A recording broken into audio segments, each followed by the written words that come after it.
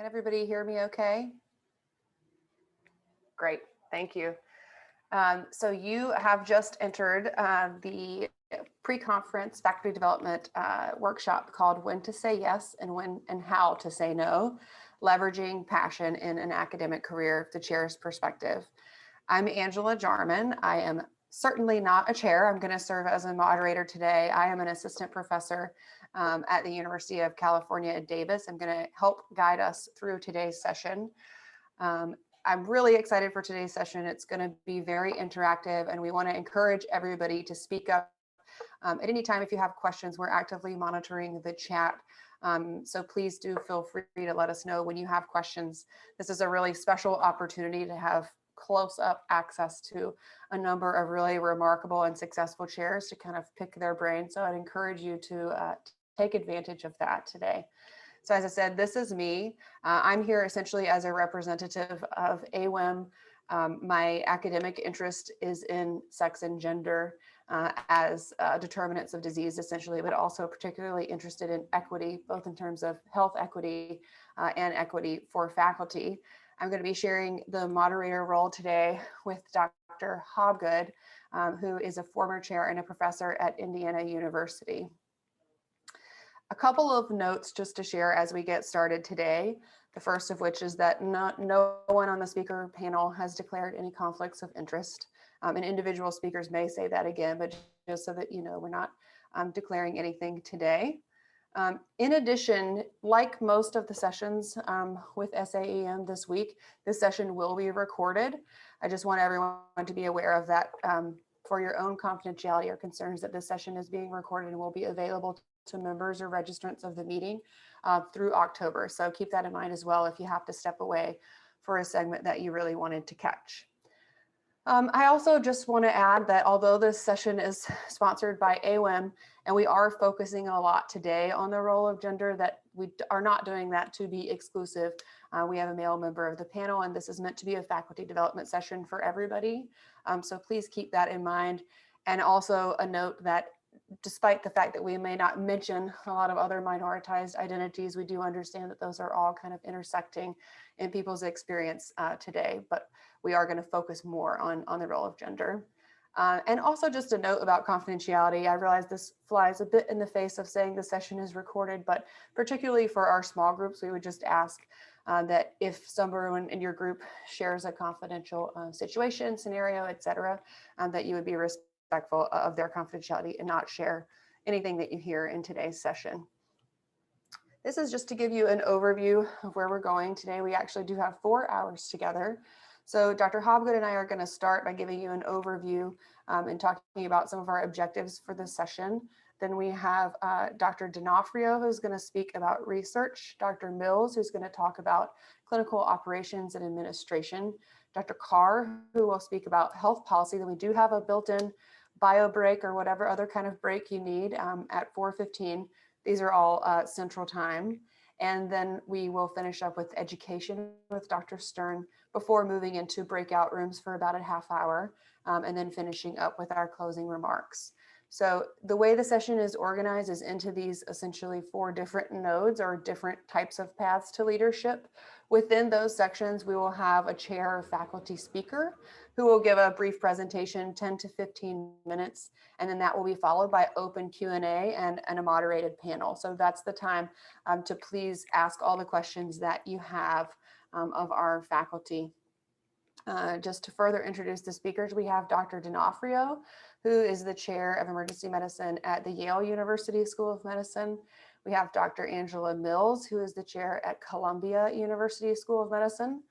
Dr. Susan Stern, who is the chair at the University of Washington, and Dr. Brendan Carr, who is the chair at Sinai. So I apologize for using Central Time, even though none of us on the panel are actually in Central Time, but hopefully we're using that as a common language today.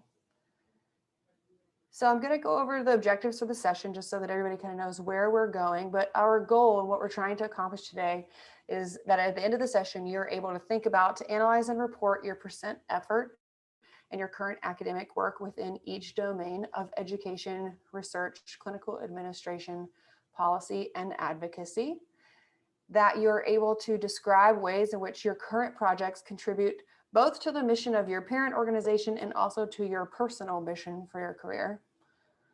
We're also going to ask you to assess the benefits and challenges of competing opportunities when they're presented to you in the context of your current effort, and to prioritize opportunities based on the best fit for your stage of development. I'll add that these two are italicized because this is what we're going to be practicing in small groups toward the end of the session. And finally, we want you to be able to develop a strategic plan for shifting effort between domains in order to achieve successful advancement, and to demonstrate up to 3 strategies to jumpstart professional opportunities. A bit of background. So SAEM was actually established back in 1989, and AWIM wasn't established until 20 years later in 2009. The mission of AWIM goes very nicely with the mission of SAM, which is to provide for the ongoing retention and advancement of women in academic medicine, with emphasis on faculty development and leadership mentoring. So that's just to say, that's why we're here today. We're focused as an academy on promoting women, on keeping women in academic medicine, and keeping them moving up the ladder. So that's what we're going to mostly focus on today. So let's talk about a little bit of the data. How are we doing? Sort of a rhetorical question, but as many of you know, women remain underrepresented in both emergency medicine and in academic emergency medicine in general. I'd like us to think about that in the backdrop of knowing that women have been equally represented in undergraduate medical education since about 2003. So I went to medical school in 2009, and even at that time, it was old news that we had been equally represented, which led me to always wonder what is going on with this leaky pipeline and why haven't we fixed it yet? So in 2019, actually, women took the lead. So women are actually a majority of medical students in the United States right now. If we transition forward a little bit and start thinking about residency, however, we see that women are underrepresented in emergency medicine residencies. So in 2015, women were about 37%. Fast forward almost 5 years, and we're actually down a little bit to 36%. So this is another reason that we are paying special attention to this. I know this is a busy slide, and I apologize for that, but I think it's important to demonstrate kind of where we fall. So this is data from the AAMC, percentage of physicians that are female by specialty. So this is data, as you see, from 2007. The average here is 28.3%. And as you can see, emergency medicine falls below the average. So in 2007, we were only 21.5 or 22% female. If we fast forward another 10 years to 2019, you can see things haven't changed that much, in the sense that this is the average here. Average is 36% women in 2019, and emergency medicine is below that here at 28%. So clearly we have some work to do. We're going to transition at this point and talk about how we're doing in emergency medicine. But I would like to take just a moment to introduce Dr. Sherry Hobgood, who is going to take over for me. Dr. Hobgood is a full professor at the at Indiana University, and she is the winner of 2 prestigious SAEM awards this year. She won both the Marks Leadership Award and the Advancement of Women in Academic Medicine Award this year. Dr. Hobgood is actually from my home state of North Carolina, trained at the University of North Carolina before joining the faculty at Indiana University. Dr. Hobgood has served in a variety of leadership positions. As I mentioned, she's the chair emeritus at Indiana University. She's also served as the president of the Society for Academic Emergency Medicine, the chair of the Society for, the Foundation Board, and the chair of the Governance Committee of the International Federation for Emergency Medicine. She was, in fact, the first woman elected to chair the board of the American College of Emergency Physicians, and has been recognized with a number of awards, including the Leonard Tao Humanism in Medicine Award, the National Emergency Medicine Teaching Award, the AMA Women's Physician Council Mentor Recognition Award, et cetera, finishing with her amazing awards that she won this year. So without further ado, thanks for being here, Dr. Hobgood, and I'll let you take it over. Thanks, Angela. I'm blushing. So I'm like a little verklempt over here, but thank you very much. That was a very gracious introduction. And many of you may know that, during the course of my leadership trajectory, as Angela said, I've served in a variety of roles, but always within academic medicine, and ultimately always underrepresented in that space. And you can just click through some of the slides, Angela. So our pipeline in academic medicine continues to leak. We know that women are less likely to be promoted.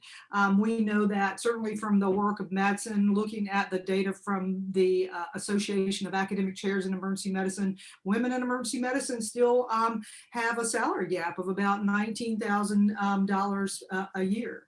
And that for whatever reason, and the reasons are myriad, women are much more likely to leave academics. And it's very clear, and I'll show you some data in a bit about where they leave.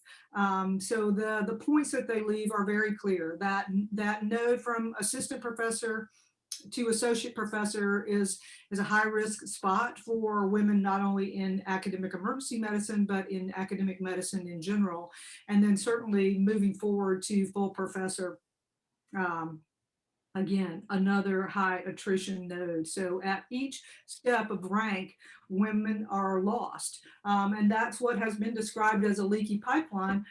And people are saying, but we have to fill the pipeline. And I think Annie Sadowski did a great job this morning of talking about, the pipeline's been full for years. We know that there are plenty of women to fill the leadership roles, but yet still only 18% of department chairs across all of academic medicine are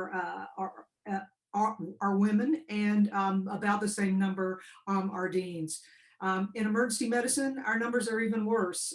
Right now in 2019, we had 11.3% of our academic chairs were women. And that number honestly really has been stagnant for about 10 years. And if you look at that number and you look at those faces on those pictures, you'll see that there's a fair amount of attrition in that space. And so that's something that I've been working on for the last year, and some of that data will be forthcoming in this meeting. Next slide. So if you look at promotion and attrition across all faculty, again, what you'll see are that these nodes of women leaving the discipline are very clear. It's hard to see, but you can see that men vastly outnumber women in each tier of promotion. Let's look at the next slide, which is more clear data for emergency medicine. So the question is, are we making progress?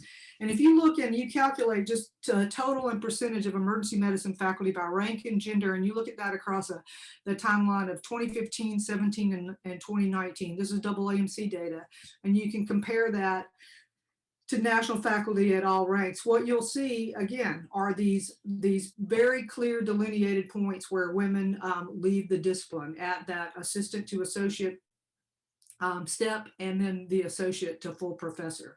So despite making progress in raw numbers, our percentages of total faculty continue to be relatively flat.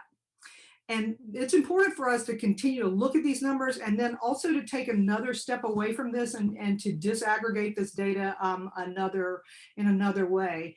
And that would be by race. When you look at this and pull out, any kind of underrepresented minority status, and then look at that by gender, what you'll see that women are vastly underrepresented across all domains. Let's look at the next slide, Angela.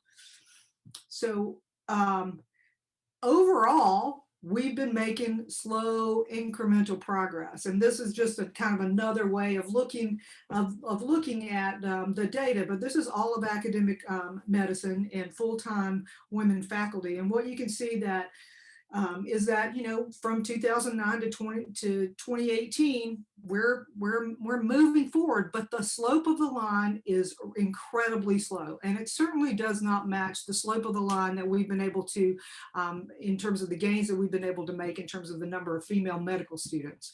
So something's happening in our faculty and in our academic medical centers that is preventing our women from making progress in rank. So there's a paper that's coming out, and there was a paper that was published initially in Academic Medicine on a new tool to look at rank equity, and it's called the Rank Equity Index. And it is a very simple tool, and I'm really surprised, honestly, that we didn't have something like this earlier. But you can give the advance. Basically, the Rank Equity Index is a way of looking and tracking faculty progress to identify more clearly disparities by rank. And it's simply a ratio, which is the cohort's representation at the higher rank relative to the cohort's representation at a lower rank. Next slide. And so the fact and so in other words, in this example would be like, for example, percentage of women professors divided by the number of women assistant professors. And that allows us to look at these cohorts because they're vastly different sizes. And that's part of the issue. When you are looking only at aggregate data and total percentages, it may look like we're actually making advancements. And so it obscures the data in a way that's it's not easy to understand, and you can't really, again, disaggregate the data. You see that, oh, well, it looks like we're making progress. We had 3 people get promoted this year, but what you don't see is the comparison to, or you're not able to compare it to other cohorts, and you're also not able to compare it to itself easily. So just pull through that whole slide so we can see the whole thing. So what the Rank Equity Index does is several things. Sorry, my braces are getting caught. It gives you a useful nomenclature to actually speak, not only to administrators, but to other members of the faculty. It has a very clear and implied benchmark of 1, so that you know that you are being successful, even in groups that are of smaller size. So for example, if you had a cohort of, let's look at Asian women, actually. Asian women are a very interesting cohort because Asians are not underrepresented in medicine. But what you see when you look at Asian women, we matriculate a large number of Asian women to the assistant professor rank, but very few are making it forward to professor or even associate professor. So compared to other women, Asian women are vastly disadvantaged and disenfranchised in the promotion process, which is a very unexpected finding. So it uncovers a blind spot that we would never have previously seen if we hadn't been using something like the Rank Equity Index to compare Asian women to themselves. And because you have 400 Asian women in the assistant professor category and only 50 in the professor category, I'm making these numbers up, that you would never be able to compare those 2 groups realistically. And so being able to use the Rank Equity Index allows you to look at the benchmark, look at progress, and measure it over time. Next slide. So if you look at this by gender, what you can see when you look at, for example, the professor, assistant professor ranking, in other words, for men, you can see that men across all cohorts, it doesn't matter. Associate professor, assistant professor, professor, associate professor, men at every tier are overrepresented in terms of their capacity to promote. And this is year-in data, so 2015, 2017, and 2019. So men are making progress in rank at a rate that is higher than expected. And certainly then when you compare them to women, what you can see is that we're flatlined.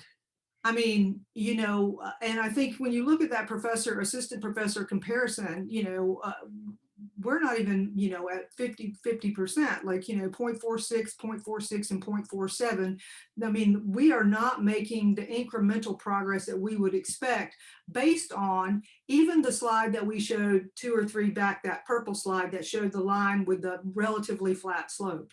So this really pulls the data out in a different way, allows you to index it, compare it, again, amongst different size groups, which gives you a conversation starter. It gives you a place to start looking, and it gives you an opportunity then to really drill down on those metrics. So again, for women in academic emergency medicine, our rank progress is essentially flatlined, almost non-existent.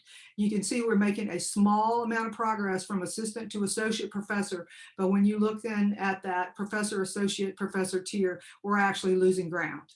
And so that's a really important trend to begin to monitor and to begin to take into account, so that you can, again, disaggregate the data, look at what's happening, and really begin to develop some programs that are going to address some of these issues. What's next, Angela? Anything? So I'm going to give this as a shameless pitch for my talk on Thursday at 6:30, which is a study that I've been doing for the past year, where I've interviewed literally all the emergency medicine chairs, with the exception of 2 that have been in existence for the last 20 years in essence, and then a matched paired cohort of male chairs that were randomized, because there are obviously so many more men. But we'll talk about that Thursday at 6:30. So hope you guys can join at that time. I'd like to just take a minute and see if anybody has questions that they'd like to ask now. Thank you so much, Dr. Hobgood. It's hard to do slides when you're not in control. I understand. I know. Sue wanted control of her slide. All right, well, with that, we will continue. And again, remember to please feel free to use the chat. We are monitoring that. Sometimes that's easier than the mute, unmute, interrupt thing that happens on Zoom. But let's go ahead and talk about what we're going to do today. So hopefully we've kind of set the stage for why we care about these things and why they're important, both to us and to the field of emergency medicine. Today, we, as I mentioned, have access to several successful prolific emergency department chairwomen and chairmen. They all come from various backgrounds, which is on purpose. And so we're here to try to understand, how did they do it? Not just how did they succeed as researchers and administrators, but how did they succeed as chairs? How did they develop the leadership skills, which are sometimes different than the skills that we use every day in the emergency department to be successful? So we're going to hear from them, and please do allow the chairs to give their didactic section, which will be 15 minutes or less, and then we will shower them with our questions at the end. So first, let me introduce Dr. Gail D'Onofrio, who, as I mentioned, is a professor and the chair of the Department of Emergency Medicine at Yale University. She's also the physician-in-chief of emergency services at Yale New Haven Hospital. Dr. D'Onofrio is internationally known for her work developing and testing interventions for alcohol, opioids, and other substance use disorders. And she has served as a PI on several large NIH, SAMHSA, and CDC studies that have literally changed our clinical practice around substance use disorders.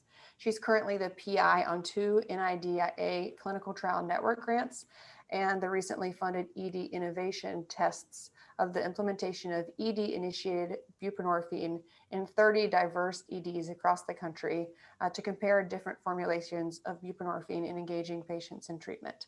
So thanks so much for being here with us, Dr. D'Onofrio, and I'll turn it over to you. Okay, thank you. So first of all, you can start with the first slide and actually even go on to the next slide. And so this pretty much sums up everything. And that's the only difference between stumbling blocks and stepping stones is the way in which we use them. And that goes to the next slide.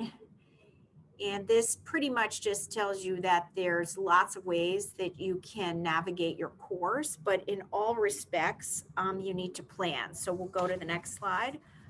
So really, this is kind of the whole talk is goal setting and really making sure that you realize what you want to do and when you want to do it, because things change. And as a researcher, so I'm thinking of it from that point of view, really, we're here to advance the science of emergency medicine. And that is no small feat. And there's very few of us, unfortunately, and just the way that EDs are, cropping up and the way that the financial flow is happening, there are even less and less. And you've probably heard that when we've presented, the chair group and research have presented about the abysmal amounts of people. If you think that we've gone back in terms of women in leadership, we really are slipping back in terms of funded researchers in the whole field, male or female, and certainly in women. So we really need to start and think about what it is that you want to do as a researcher very early on. And there's one thing I can tell you is that everything in your life will need to be planned. It has to be proactive. It has to start with day one, because everyday urgencies will always usurp and outride long-term academic endeavors. So one has to sit down with literally a calendar and write down where you are and where you want to be. And that is after you've had all of the training and the preparation that you need to do. Everyone needs to be a good citizen, and everybody works in a department with lots of people. So everyone has to do certain things, but you want to make sure that all of your activities really are aligned with what those overall goals are. And if they are research goals, then you want to be sure when you're learning, you might be teaching residents about different research concepts or reviewing certain topics that are specific to where you are, and be very consistent that all of those things line up, because you can't be everything to everybody. And we're here talking about chairs, but I'm going to tell you that that's not necessarily what you want to end up with. Is if you're a researcher, you just want to be a leader. And you can't be a major researcher really without creating that knowledge and sticking to your research area. That means that you need to stay off as many things that you can. And I know that's hard. I had a great mentor. Initially, that was in internal medicine, because I really didn't have any when I started in emergency medicine. But he would always tell me, stop going to meetings. You know enough people. And in the beginning, you do need to network. But after all that, don't go. If you are going to go, stay in your room and start writing your paper. Never present an abstract before you've written the paper, because the only thing that matters is the paper if you're going to disseminate it. So those are kind of good skills to know, is research as a researcher, that the most important thing is creating your knowledge and disseminating it to the world. Different people will do different scholarship. And there can be educational scholarship, and one could present that. I'm taking it from the point of view as someone who is doing either basic or clinical trials from that respect. But you can't be everything. I have never been a president in any organization. I have often been on a few boards or do things, and then I step back because I can't commit to anything else. I've been on one board of addiction medicine as it became a real ABMS board representing emergency medicine, but I only did that with checking with my mentor at first to say, is this something I have to say yes to? And he said, of course you do. I'm going to be the person representing internal medicine. So I'm very, very careful. I can't be all things. I have to leave it up to my colleagues. Many of them are here who will take that baton and run with it, because I have another baton and I'm doing something else. So you have to be really, really clear about what it is that you want to do. And so that leads us really to the next slide, which is staying laser focused and in what you want, out of your career and what you expect to do it. I kind of fell into my role here as chair. I didn't grow up wanting to be a chair. I went on vacation, I came back, and I was the chair. I was the chief, and then that moved on from there. And so the next slide is really about mentorship. And, we don't just have one mentor, we have lots of mentors. And you just have to realize that it's not like basic science, unless you are a basic scientist, where you have one. That's even harder, because then you're too connected and it's hard to separate. But in this respect, you have to have lots of them. And that may just be someone in your content area, someone in a career path, someone who looks like you, who can help you with all the barriers that you might have, particularly with being a woman. We clearly have many more things that we do. Whatever anyone tells you, we have zillions of tasks outside the workplace and we orchestrate them. The path is just how to orchestrate that. And I'm kind of the queen of making things happen, even though I don't do it. So someone brings something to a party and they always ask, oh, did you make that? My answer to that is I made that possible. Right. And I've said that to my kids' classes when they were little, I can make anything possible. I won't necessarily do it, but the stores are open 24/7. And luckily, I don't need sleep. So next slide is just your mentor can be anybody, can be any gender. It doesn't matter, any sex, any gender, whatever, just anyone who can help you in any of those aspects. And so then kind of moving along to the next slide is be careful again what we said about saying yes to things and being assigned tasks. Just make sure that those tasks that you do get are important and they kind of feed into what your overall goals are, because you have to constantly be reassessing your goals and your objectives to get to those goals. So be really careful in the next slide, because you want to make sure that you're not going to nowhere. Everything that you're doing kind of builds on each other. It doesn't necessarily mean that you can't change your course at some point during your career, but you do really want to be sure that you are moving in the right direction, and that's really important. And that goes to the next slide, which says you really need to develop your narrative. And I asked my faculty this year, actually one of my mentees, Dr. Safdar, who works with me and helps mentor all the faculty, came up with this idea, and I thought it was really great to write your narrative down early on. So if you were to be in an elevator with someone, what is it that you want? What is it that you do? What kind of research are you aiming to do? Where do you want to be? And every single thing that you move forward in terms of promotion, when I have to present people at Yale, it's like, I need to tell your story. So it has to be a great story.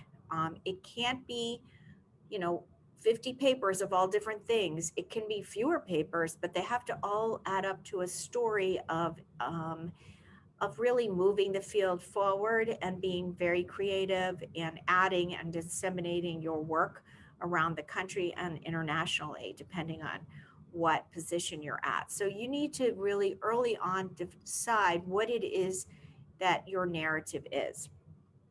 And then next, I'm going to kind of end with this or talk about this in more detail. And that is really, what is it? What do you want to be? So you can develop your research programs and that can lead you to places. I also do a lot of research in women's heart disease. I'm very well published in that area that most people probably don't know that much about. But it was a side step for me, and that it was kind of like my fun area, even though I got funded in that as well. And then I have always done things. I didn't start saying I want to do substance use disorder, it just sort of happened. It was a first question that I wanted answered when I was an intern, and then I moved forward, and then I did other things, and then it just happened to be where I was right now. But you would start to develop your research questions, not just a project, but really what you want to develop. And is that fundable? And you develop your network and you build your teams around you. And that takes a lot of time. And then you disseminate that work and then you become an expert. But the question is, what is it that you want to be? The end all is not being a chair. The end all is being a dissemination of your work and being that expert in some capacity. So I don't know what that is. Perhaps you'd want to, be a fully funded researcher in your area. Maybe you want to be on an advisory board for NIH. Maybe you want to be one of those people that helps the NIH and other institutes develop and assist on what are those areas of concentration that they should fund. Maybe you want to be in some kind of research capacity and leadership in your institution. Again, once you do that, it takes you away from your actual research. And I worry about that because it appears as though people do one thing or they get one R01 and then the next thing you know, they show up as a chair someplace. And that's not at all what should happen. That's a real brain drain in our society and for emergency medicine, because it is a rare person and Angela, it's you're chairing me. It is really a rare person that's fully funded by the NIH and is a chair. It happens because I happen to be here for a long period of time. I have a great amount of tons of people here. That's one of the P's, my peeps. They are here. I have great colleagues that are here, and we can churn things out. And I also don't have much of a personal life except my family. So when people say to you, do you have any interest? Like, what are you talking about? Do I have any interest? Right? I have my family and I have my work, and there's not much else. That doesn't necessarily mean that that's the right thing to do. So you need to find your own path in that. But that top of that pyramid is not a chair.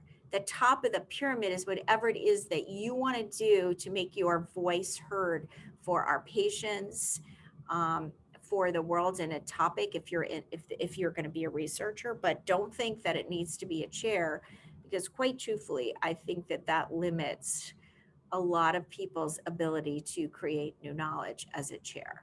And so I think I kind of will end like that. The final points are just to unlock your potential and to know that, continue with the slides, it's hard to not do it, is, can keep going. It's being creative with your time. It's being flexible. And I do have a family. You can show that last slide. I do have triplets who happen to now be 31. Mother's Day, my daughter said to me, thank you. I'm sorry I haven't given you any stress. I didn't realize that you would continue to need to parent me even at 31.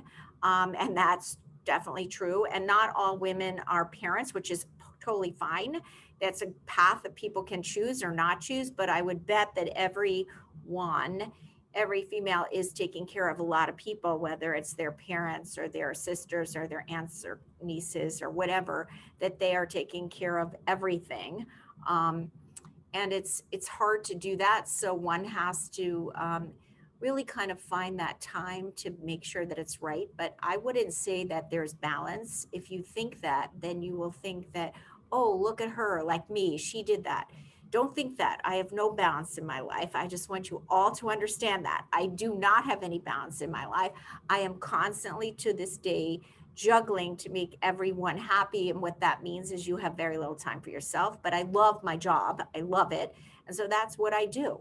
But don't think that it's for everyone, because it isn't. And just find your own path. That's it, Angela. Awesome. Thank you so much. I appreciate that really honest look. This is the path that I'm trying to take. So I'm just going to start and ask my own question, and then we'll let other people jump in. I just do want to echo the point that Dr. D'Onofrio made, which is that the goal is not to be a chair. The goal is to do whatever leadership position fits your narrative. And I think that's something that we're going to hear over and over again today. So my question as an assistant professor is for the junior researcher. I'm 3 years in now, and I recently just got funded, which is huge and very exciting. So I'm doing something slightly right. But my question is about establishing your own path very early. So I think for me and lots of people, we kind of know what we want our narrative to be, but the logistics of creating that narrative are very challenging. So for example, you go to a new institution, which is what I did, and no one there does what you want to do. And there are some pre-carved out paths if you fit those molds. But what do you do if you're a researcher, aspiring researcher who doesn't fit any of those molds? I'm just curious on thoughts you have about how to network, how to get the mentorship, and the logistical steps to create this path that you would like to take. So it's possible to have mentors at other sites. I do mentor people at different institutions who have done well and have gotten funded. So I can do that. It makes it really hard. And one of the things that I will do with all young investigators is really sit down and figure out what it is that they really want. You can't do something that's non-fundable. All right. I mean, you can, but you're going to be doing it on your own time. So many faculty might come to me and say, I really want to do this. It's very exciting to me, blah, blah, blah. And I go, I think it's great, but I can't pay it for you because it's not a priority for our department, or you're never going to get funded that. I can't even think of a funding source. So let's think about some other aspects of what you were interested in. And one of my very large funded professors came to me with that. He, you know, and he wanted to do something. And I said, could you fit that into the aging, or could you fit that into something else? And I don't think he'd care. It's Dr. Moore who does my ultrasound. You know, he wanted to do something in OB and in first trimester pregnancy. I said, you're not going to get funded with that. Go back and tell me something else that you're interested in. And then he came back and did a bunch of things. And one of them was, you know, unnecessary radiation. And he became very well known and very well funded for the rest of his career on many things that were ultrasound related that were unnecessary radiation. So it was his idea. He had these ideas, but the first one wasn't fundable. So you come back and tell me about something else that you are interested in, and I'll tell you. Right now, I can tell you that NIH has had me on several committees because they're trying to get emergency physicians interested in oncology research, palliative care, and oncology. They would fund almost anyone who can put in a study right now. So, you know, that's something that if you're the least bit interested in that area, you could become interested in that area, because that oncology is like, there's a lot of oncology, right? And a lot of different areas. So there is a place that people could go.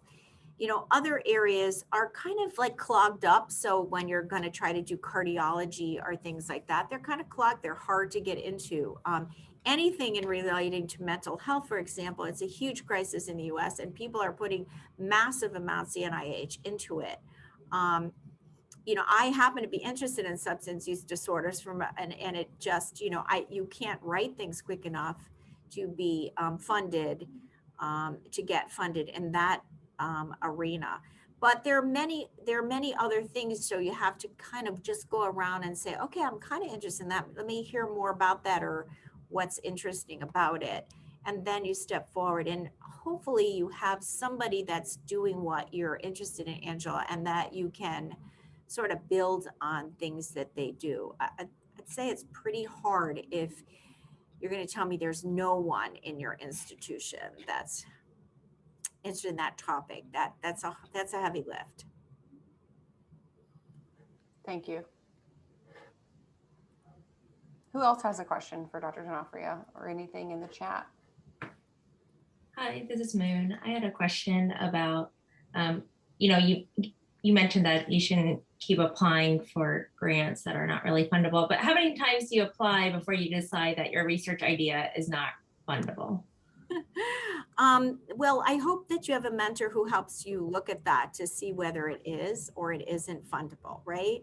So I'm not sure if you're talking about like an NIH grant, like an R21, or what you're talking about, but before there's a lot of what people think is, oh my goodness, that seems like it's a secret. It's not a secret. When you look at a funding agency, they have their priorities set, and you should look at what is their funding priorities for that year. You then call up one of the project officers and you discuss your project. Are you interested in this? Project officers have saved me. They've gotten me my huge funding sources because they told me something. Don't do that. Make sure you put in 1 year follow-up, blah, blah, blah. You know, they are there to help you. They want to fund you in a certain area. They'll tell you right off that they're not interested. You could get a great score in an NIH panel, and it would not be funded if the agency is not willing to spend money on that topic.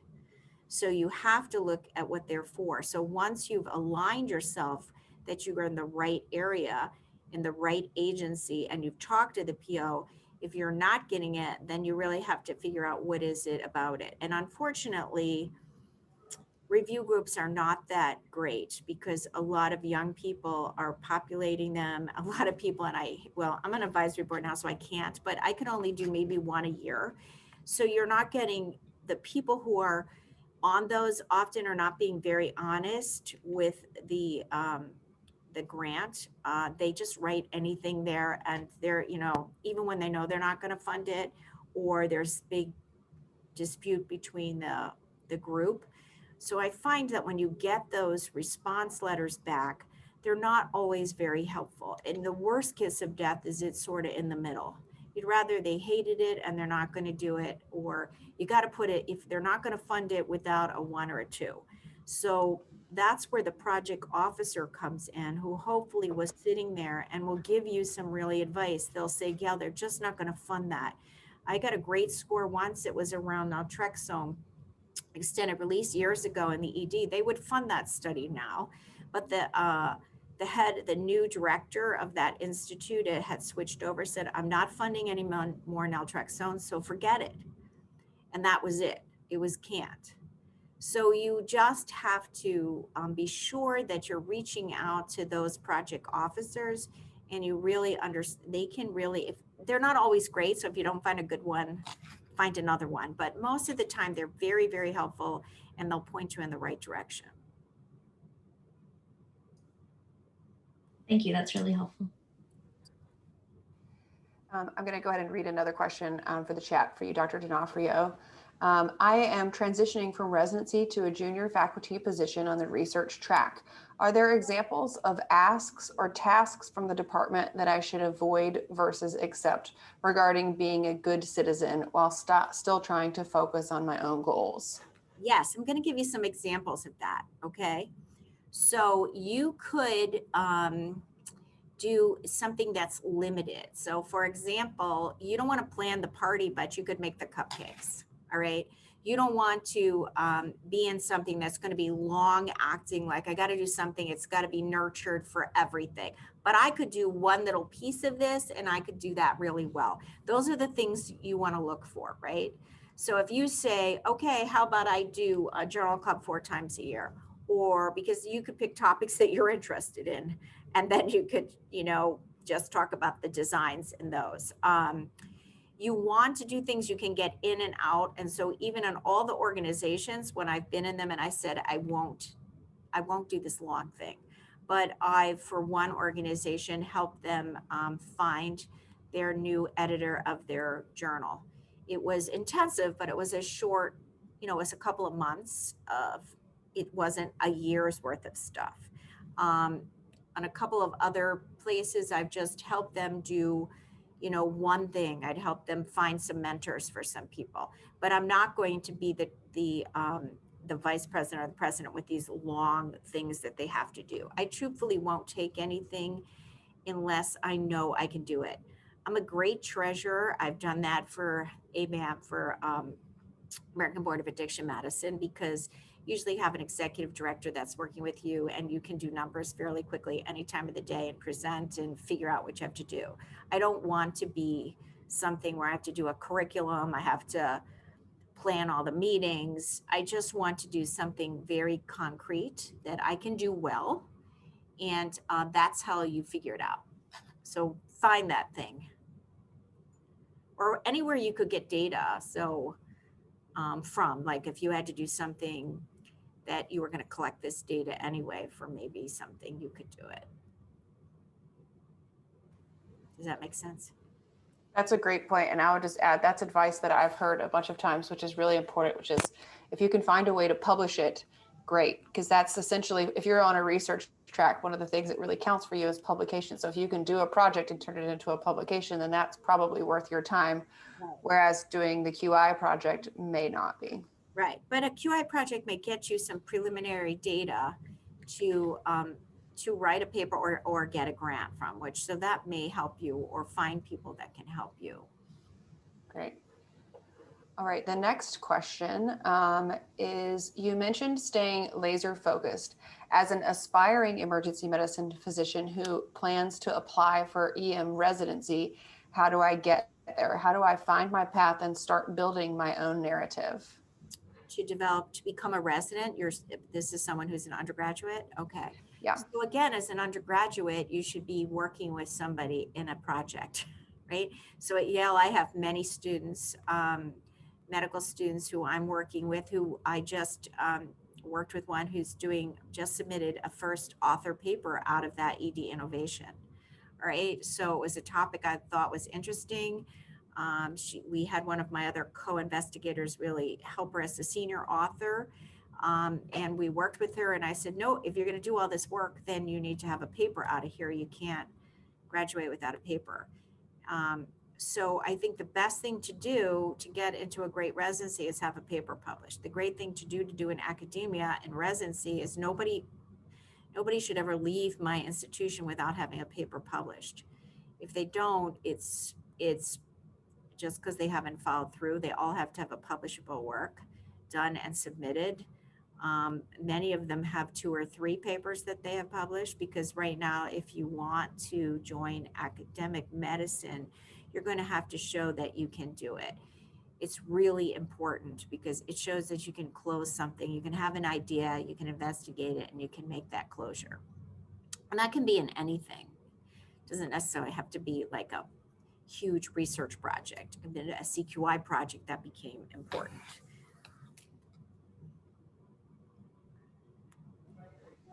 Does anybody else want to speak up with a question? Okay, here's another one.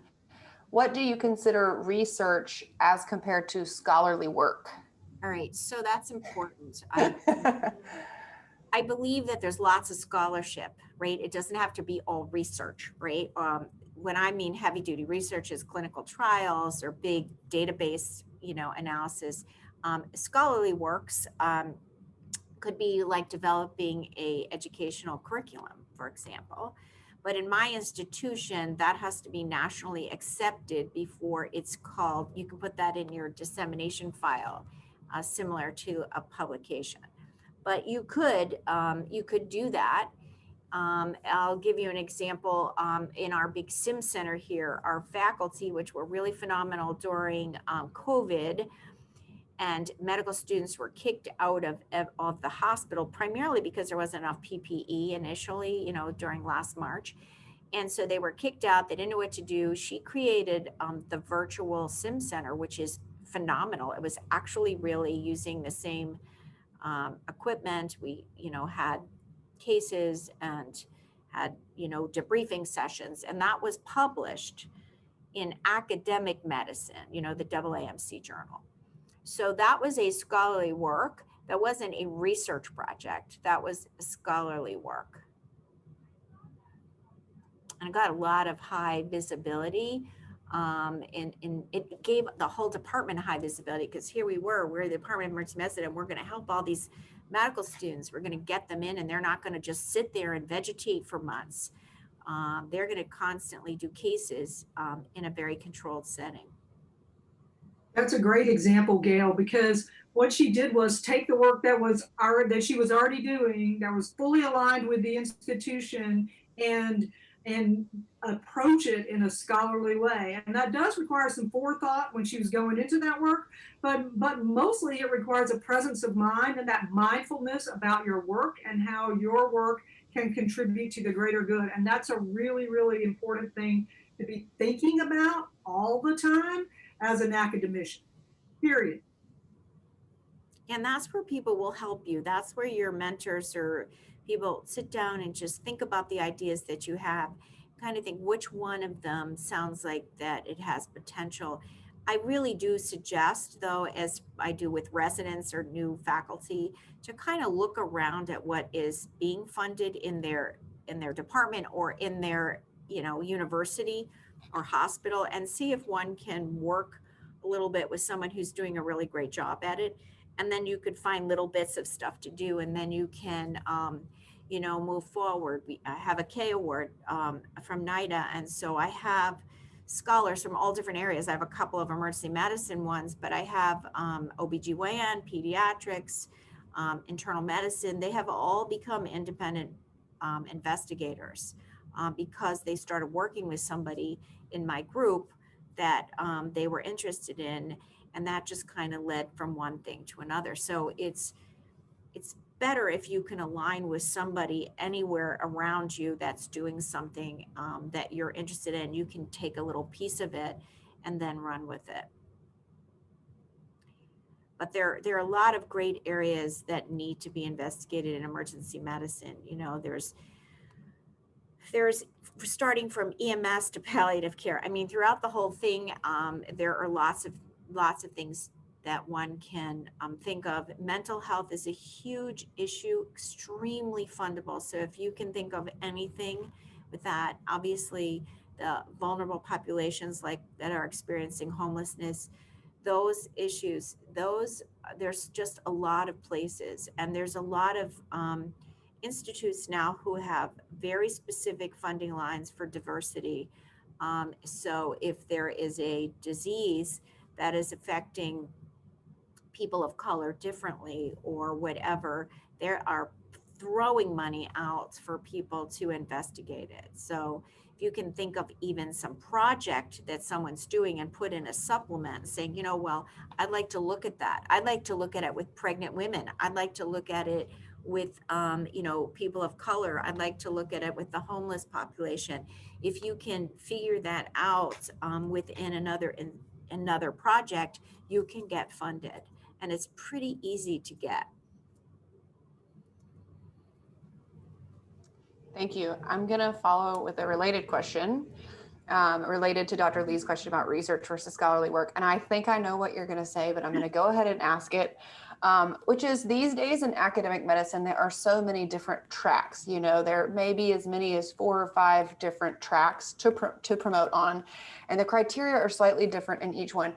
The junior researcher, how do you advise of balancing the need for publications, which is absolute, versus the need for funding? Because I think one challenge is we hear from our mentors, oh, you need funding.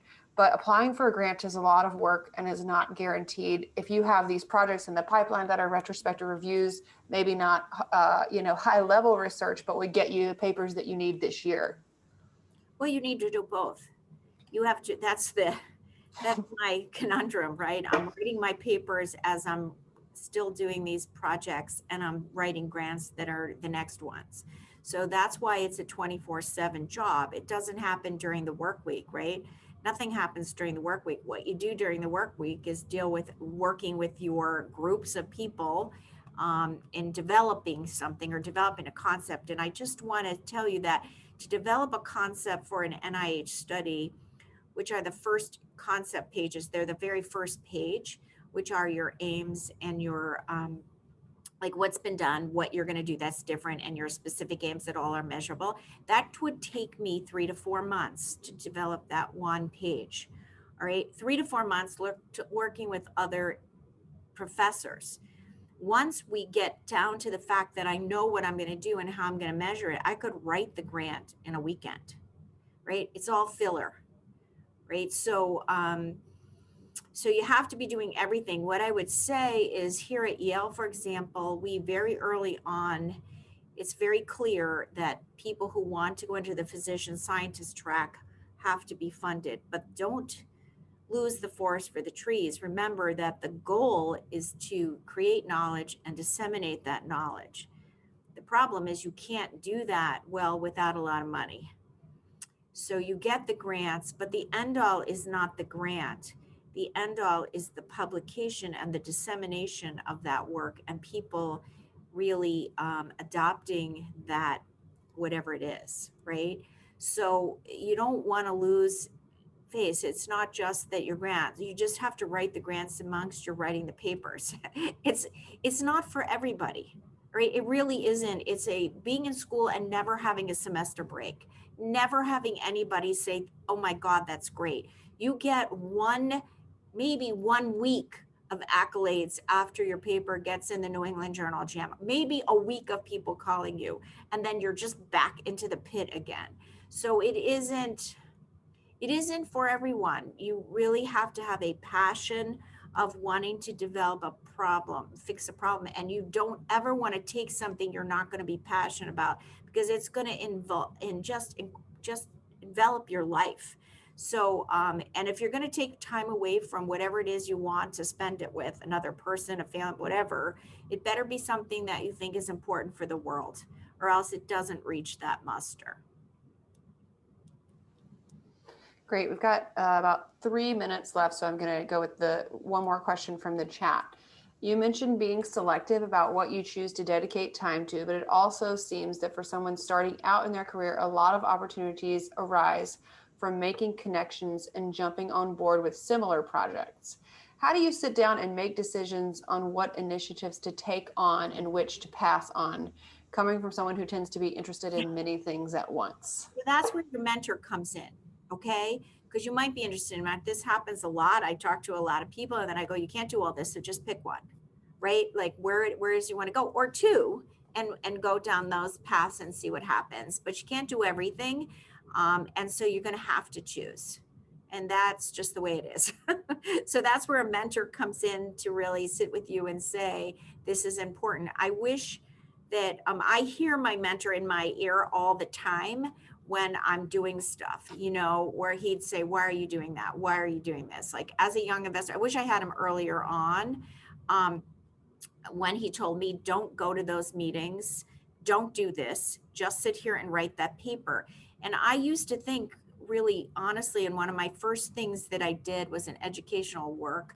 And I worked in the education department at Boston University, and I did this with my residents, and I had this really great project, and it didn't get accepted at SAM.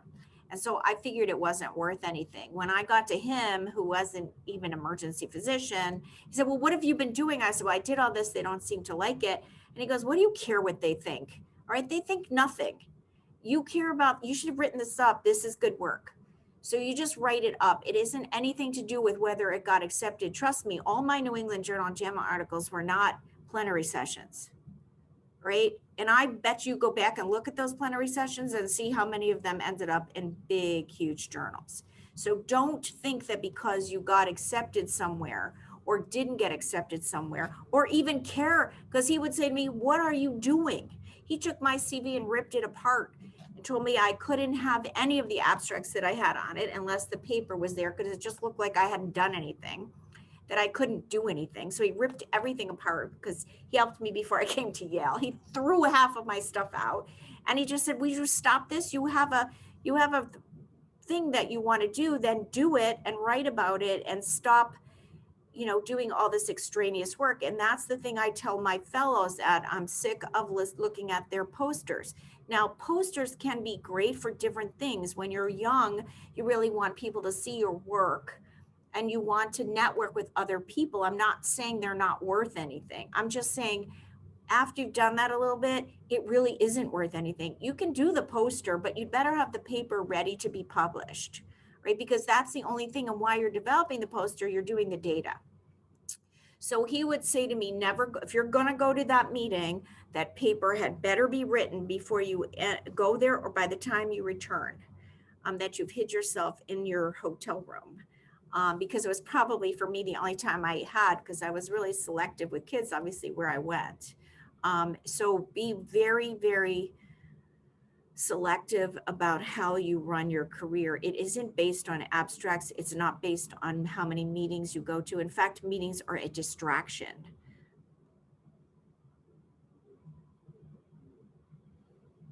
And now that I'm older, I enjoy doing, you know, I can sort of, my kids are grown, so I have lots of time. So I can do kind of everything. I can go to more meetings or stuff, but I can't, I love, you know, this is the one good thing about Zoom. I've taken a lot of things I would not normally have done.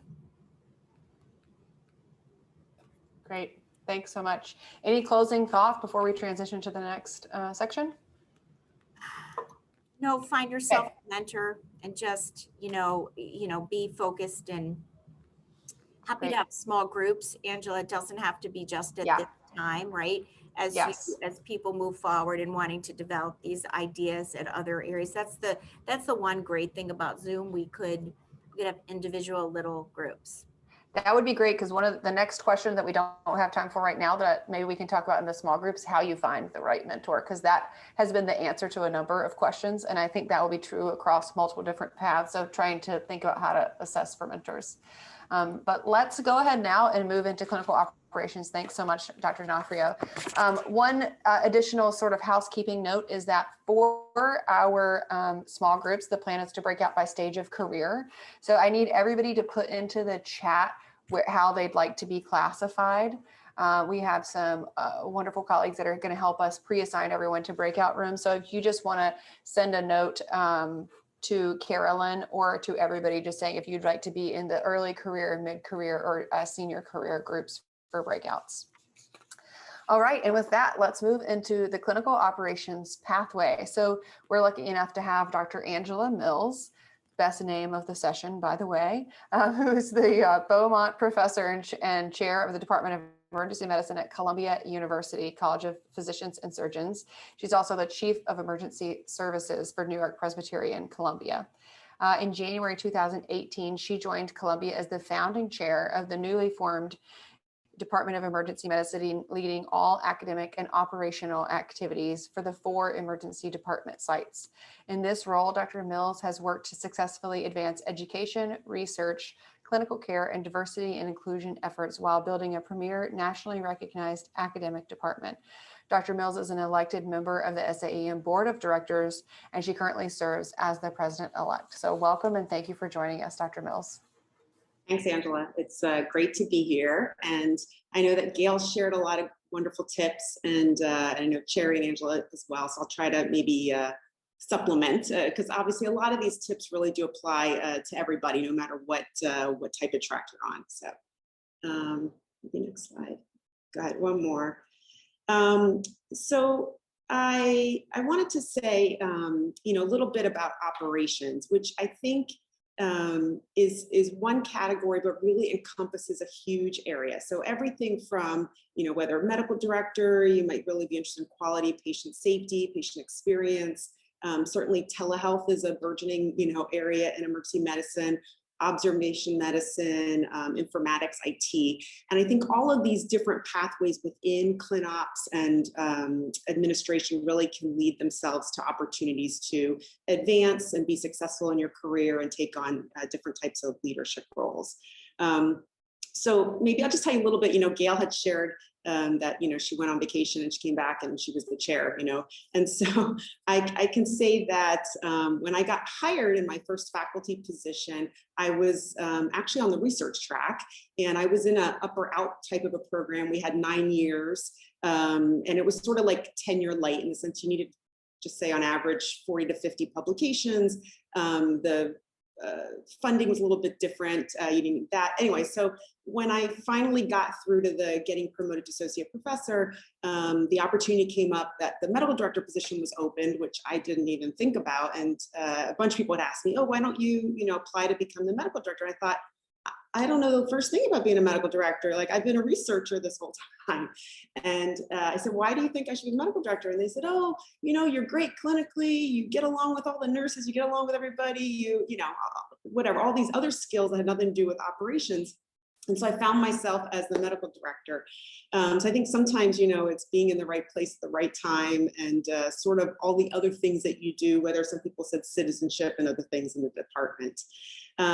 But that being said, no matter where you are in your career, I think it is important, sort of like the find a mentor, it's talk to a lot of people and figure out what different people are doing. And I think you'll find that people are much more happy to talk to you if you just reach out to them. So it could be obviously people in your department, maybe it's folks in other departments, hospital leadership, school leadership, whatever it is. But, at one point I wasn't sure, do I want to, where do I want to go next after, I was medical director and then became vice chair for operations.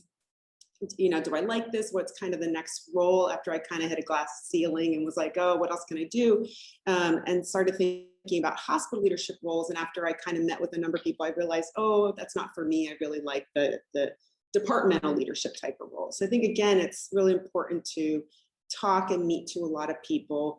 And that way you can also find new ideas, things that you can bring back to the department, and also gain collaborators. So maybe next slide. So I think, no matter where you're at in your position and what kind of role you're taking on, it's important to find out what the role entails. If you're thinking about going into operations or going into one of these types of roles, what the role entails and what is important to your boss, right? We all have bosses. And I think a lot of times I find people getting frustrated when their goals or their thoughts don't align with what their boss's goals and thoughts are, right? So what is it that your chair, your vice chair, your medical director, if you're the assistant medical director, what are their goals? What do they want you to accomplish? What do you want to accomplish? And how can you align there and become successful in that way?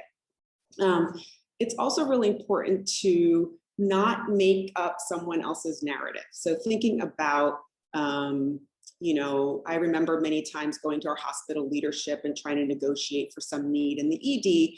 And, you know, I would hear a no, and I'd come back and be like, oh, they don't appreciate emergency medicine. They don't like me. They don't, whatever it was, I was sort of making up the story, when at the end of the day, you know, people all have competing interests. They have lots of people coming to them for different things, and trying to be more clear and direct and find out what are their goals, what are your goals, and how do you make them match, rather than sort of filling in the bucket and filling in the question about what is it that someone else is thinking, and why is it that we're not aligning. So this is where it's great just to, you know, be direct, you know, find an advocate, whether it's the quote mentor that you have, and sit down with them and ask them for advice. What are the politics? Who can you talk to? And just, you know, ask about that. Next slide. I think it's also really important, no matter where you are and what you're going into, is just to spend some time to think about yourself and your leadership style and what that looks like. And maybe those around you, you know, people who maybe you're reporting to, or people who report to you. This is, I mean, maybe many of you, I don't know, has anyone done the DISC? Some of you, maybe. See Cherry raising her hand, good. This is one I really like. This is a communication style. But there are many others, you know, there's the Strengths Finder, lots of different things. And it really just, you know, kind of, this one's a very simple one that divides communication styles into 4 buckets. And you know, there's been lots of studies using this tool, even looking at Fortune 500 leaders, that show that there's actually an equal percentage of successful CEOs who get results in no matter what bucket they're in, one of these, you know, 4 categories. But I think, to me, what makes people successful is to understand your own strengths and your own opportunities or weaknesses, and then think about the people that you're working with. How do they either complement you, or how are you different, and how can you work well with others who might have different styles than you have? And to me, I think this is a huge area, no matter whether you're a chair, you're a medical director, you're whatever, thinking about being an assistant medical director, whatever role it is. I think this is important to, again, sort of frame how you approach things, how you look at things, and to be able to become successful. And I think at the highest levels of leadership, and when you're actually forming teams and thinking about who's around you, keeping this in mind, because, you know, we talk a lot about diversity, and diversity obviously comes in sex, gender, race, ethnicity, you know, but also in styles and leadership styles. And if I were to surround myself by all people who think like me or look like me, you know, you're just not going to be successful in the same way as if you really do have a diverse group of people around you, especially people that you're willing to go back and forth with and be challenged. And hopefully people will challenge your ideas and bring new things to the table. Next slide. So I think when you're talking about administration or ClinOps, partnerships are really important here. You know, I always said, like, if my nursing leadership and I weren't side by side, hip to hip, you know, office next doors to each other, it was a challenge. And I think, you know, in types of areas like medical director operations and things, you really do partner with folks like your nursing colleagues or other groups. Maybe it's your hospitalist service, your medicine teams, you know, whatever these groups are, and figuring out, how do you partner with them? How do you bring them to the table? You know, try to get to know people outside of work. Just recently, my vice chair of operations and I took one of our director of nursings out to dinner. So I think, again, you can do this at different levels, have lunch with somebody. We used to have, when I was a medical director, a hospitalist. We used to have some challenges, I'll just say, with the hospital service. And so we invited one of the hospitalists who we all love to be on our, the ED quality review committee. And so I think this added another level of respect, that we were working together and collaborating on a department level committee. So again, thinking about how to do this, how to develop trust. And another way to move this forward is also bringing in senior leadership, and potentially, if you're trying to pull together say a project, some type of project in the ED, or maybe you're collaborating with, maybe you want to improve your radiology turnaround times or something like that. How do you bring in an executive sponsor? So again, getting buy-in from hospital leadership to be an executive sponsor for the project. And in that way, they have a stake in it. And hopefully they'll be able to provide resources and things that you need to be successful. Next slide. So a little bit about skills, just like in research where, you might go on and have a master's degree, a PhD, to be able to have extra skills in doing research. There's certainly lots of skills in the operations area, whether it's Institute for Healthcare Improvement courses or certified physician executive credentials, or, different types of leadership type of courses, which I think certainly I know SAM offers a lot. I'm sure different, maybe your hospital or your schools offer leadership management courses. Again, how to think through negotiation, managing teams, managing other people, just all of these types of skills that I think certainly are useful in any area of academic medicine, but certainly in the clinical operations administration role, I think is really important. I was just on the phone a couple of weeks ago mentoring a junior faculty member who's a medical director at another institution. And he was asking me about potentially taking some kind of courses and should he take one? Is it too early? And I don't think it's ever too early in the sense that, certainly there are different courses and skills that are geared towards your level. But certainly if you're already in a role as a director, medical director, I think there's lots of things that you can learn from these courses. At some point you'll saturate, how many courses can you take? But I think many of them do offer time to be able to self-reflect, gain additional skills, and hopefully be able to advance you in that type of a role. Next slide. So I think, bringing in sort of the academic piece of it, and I think certainly with research and education, advancement and promotion and things sometimes seems a little bit clearer. And I don't know, I found in mentoring a lot of people that folks that are on the administrative side sometimes struggle a little bit with the advancement piece. Because they do spend a lot of time doing administrative type tasks, and some of them might be able to be turned into scholarly work or produce publications, but some of it is not, or not as easy. So I think first what I would recommend is find out, or set your goals and find out what the rules are. In other words, at your institution, depending on what track you're on, understanding your promotion process. What are the areas that you need to do? Do you need to publish X number of publications and be on X, whatever, national recognition, or do you need to have service? Do you, wherever the things are. Hopefully you can get that from within your department, whether it's your chair, you might have faculty affairs type of a person. If not, I think, remember, sometimes you just have to ask. So maybe at your school you have, an office of, maybe it's the faculty affairs office or an ombuds type person, or whoever oversees your committee on appointments and promotions for the school. Reach out to them. I think I've never seen people say, no, I won't meet with you, right? So reach out to the chair of the promotions committee for your school and say, I'm a junior faculty member. I've been here for X number of years and looking to find out what I need to do for promotion. Would you be willing to review my CV and meet with me? Certainly I would just check out the politics and figure out what that looks like within your department. But I'm just saying, I think there's lots of people who are willing to meet and give you advice and figure out where to move next. So I think it's important to have folks who are advocating on your behalf and be able to move forward. As we know, the data that you initially saw that Sherry and Angela shared, especially for women underrepresented in medicine, the numbers they're not good, they're not positive. And so I think as much as we can try to advance people and provide different opportunities and mentorship, again, it might need to be outside of your department, even outside of your school. You have a huge, I'll just say, area across the United States of folks who are very happy to mentor. I know Gail said, she's mentoring, somebody in another institution.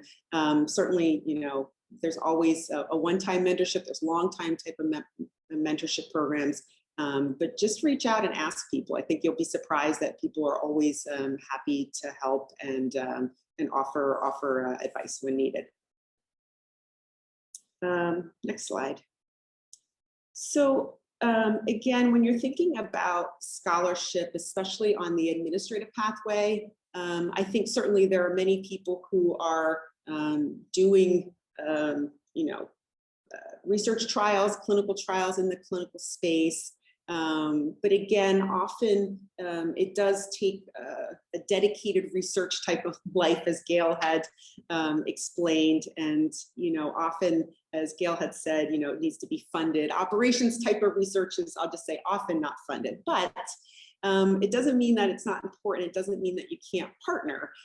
So, just to talk about like mental health or, substance use disorder type of research.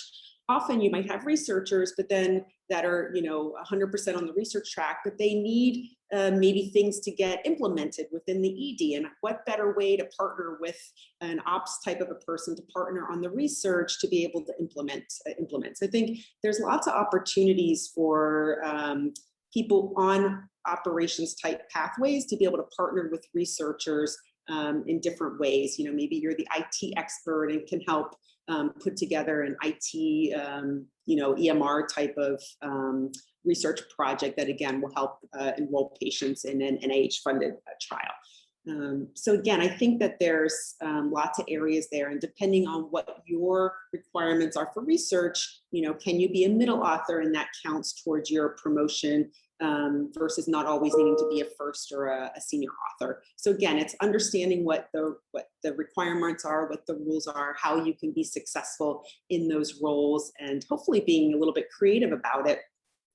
It's really thinking about how to, the saying about working smarter, not harder, right? And thinking about what do I need to do?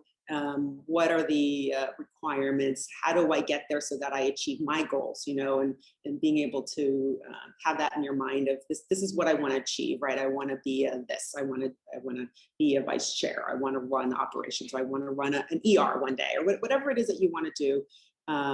Think about that and what are the steps that you need to do to get there. Next slide. So I know, we were talking about all sorts of leadership roles, whether it's you want to be a chief medical officer or a safety quality officer, or maybe hopefully a chair, because we talked about that the numbers of chairs, especially with diversity, has really been stagnant.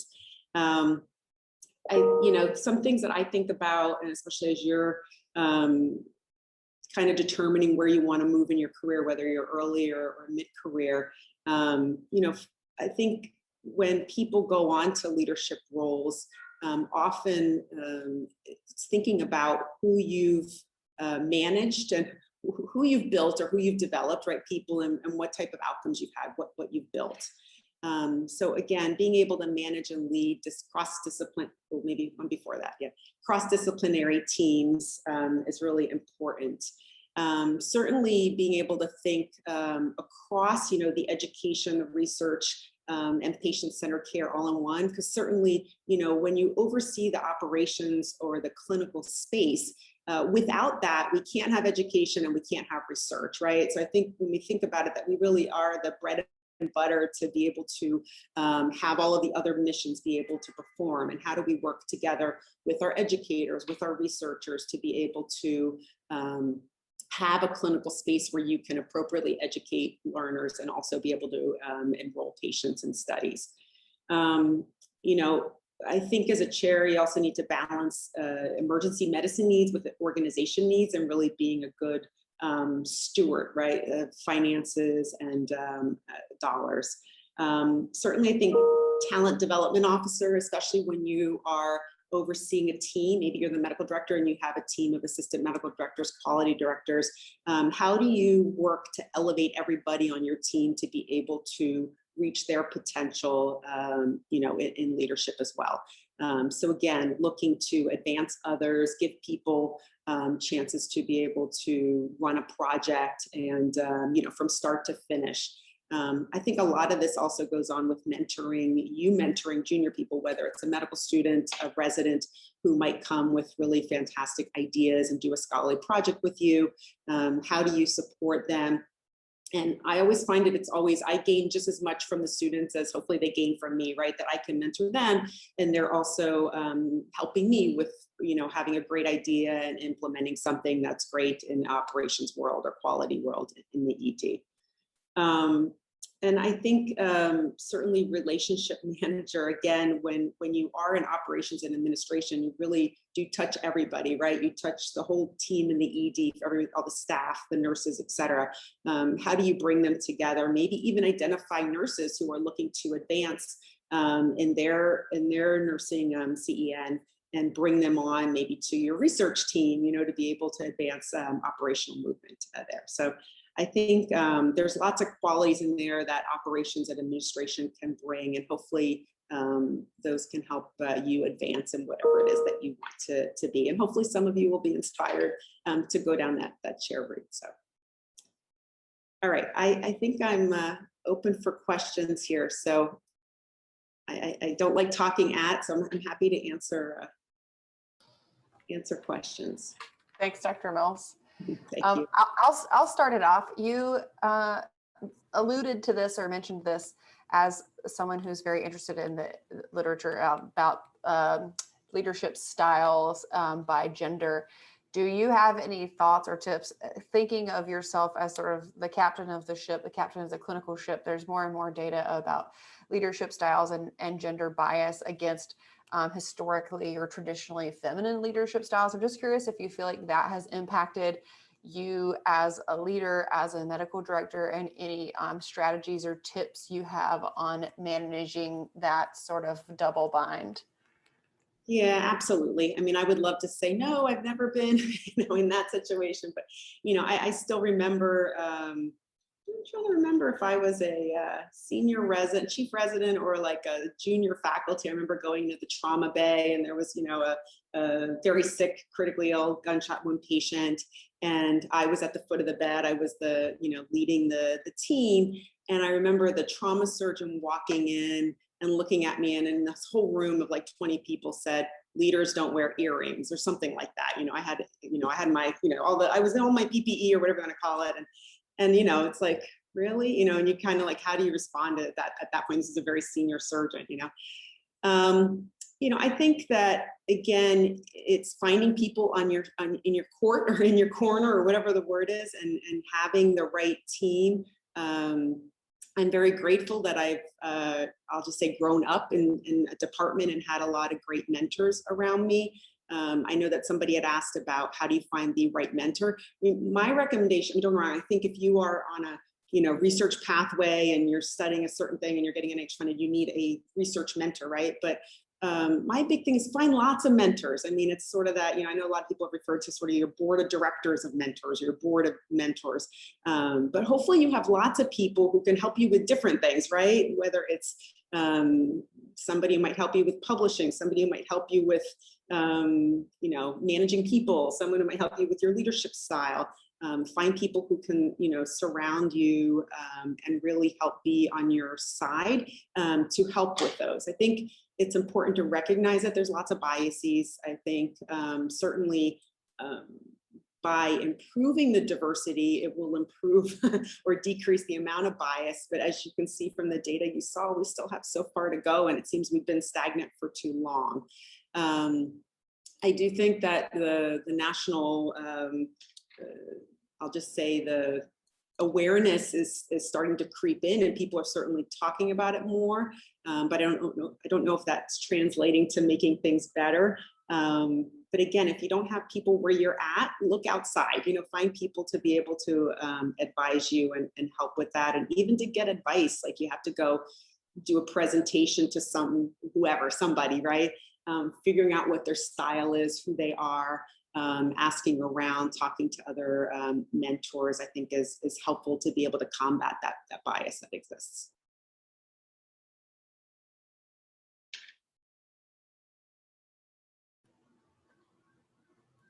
Thank you. Who else has a question about clinical operations administration for Dr. Mills or for any of the chairs in the panel? You can either put it in the chat or just speak up.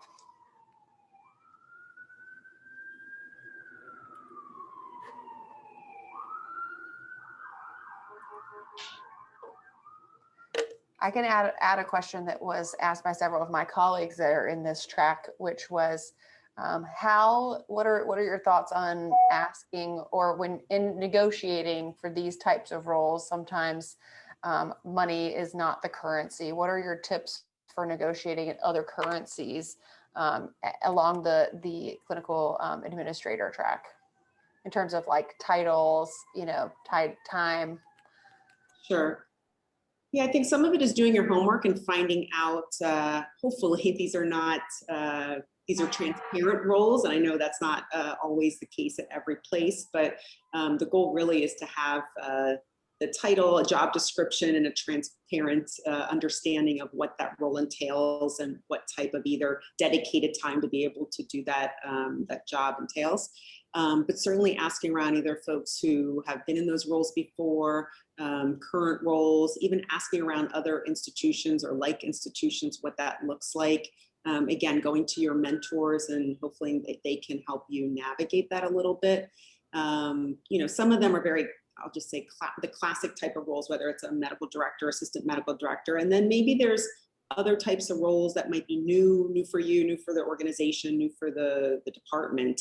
And so that's when it really comes down to trying to understand what the job looks like, understanding that a lot of these roles, and especially administration, they're never going to be a 1-for-1, hour for hour, right? And I think if you are constantly focusing on, I want an hour a week for this or that, I think, we set ourselves up to fail that way. And I think in general, we need time to be able to do the jobs, but on the other hand, it's not based on the 32-hour week, hour a week model or something, right? It's a little bit higher than that. So I think maybe that goes for a lot of academics, right? It's not just administration operations, but I think certainly the admin side does require you to maybe take phone calls, be on call, do different aspects of the job that are sort of in addition to publishing your papers or writing up your scholarly works.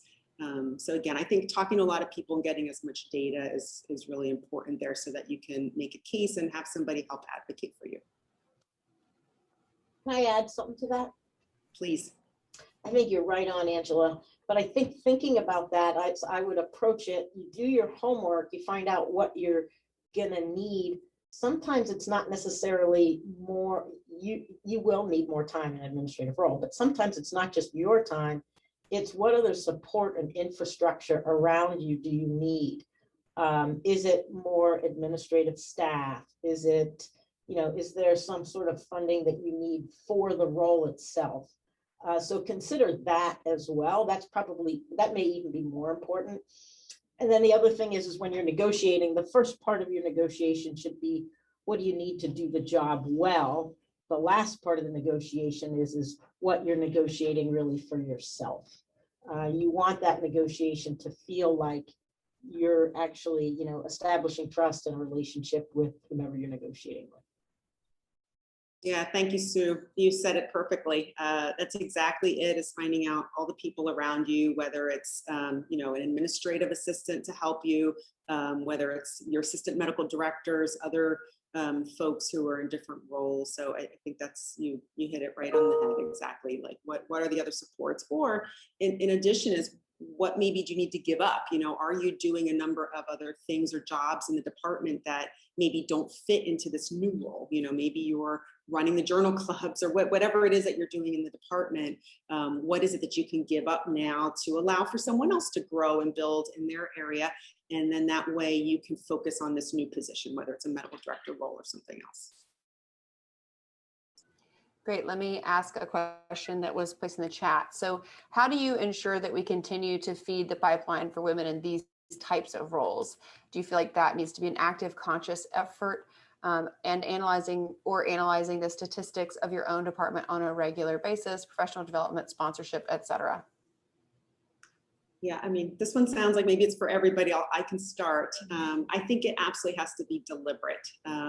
You know, you saw the numbers, they're abysmal for both women and URIM. I think all of us as leaders need to be deliberate about sponsoring people, making a conscious effort, whether it starts from even who we're matching into our residency programs, right, and who we're growing and developing, and then obviously as they come into faculty positions and really being able to offer positions. We already know that despite being the majority in the UME world, that women are markedly underrepresented in the EM side of things, and especially in leadership roles. So I do think it has to be deliberate. And certainly I think professional development is great, but it does need to be paired with the sponsorship and the ability to offer whether it's new roles or new opportunities for people.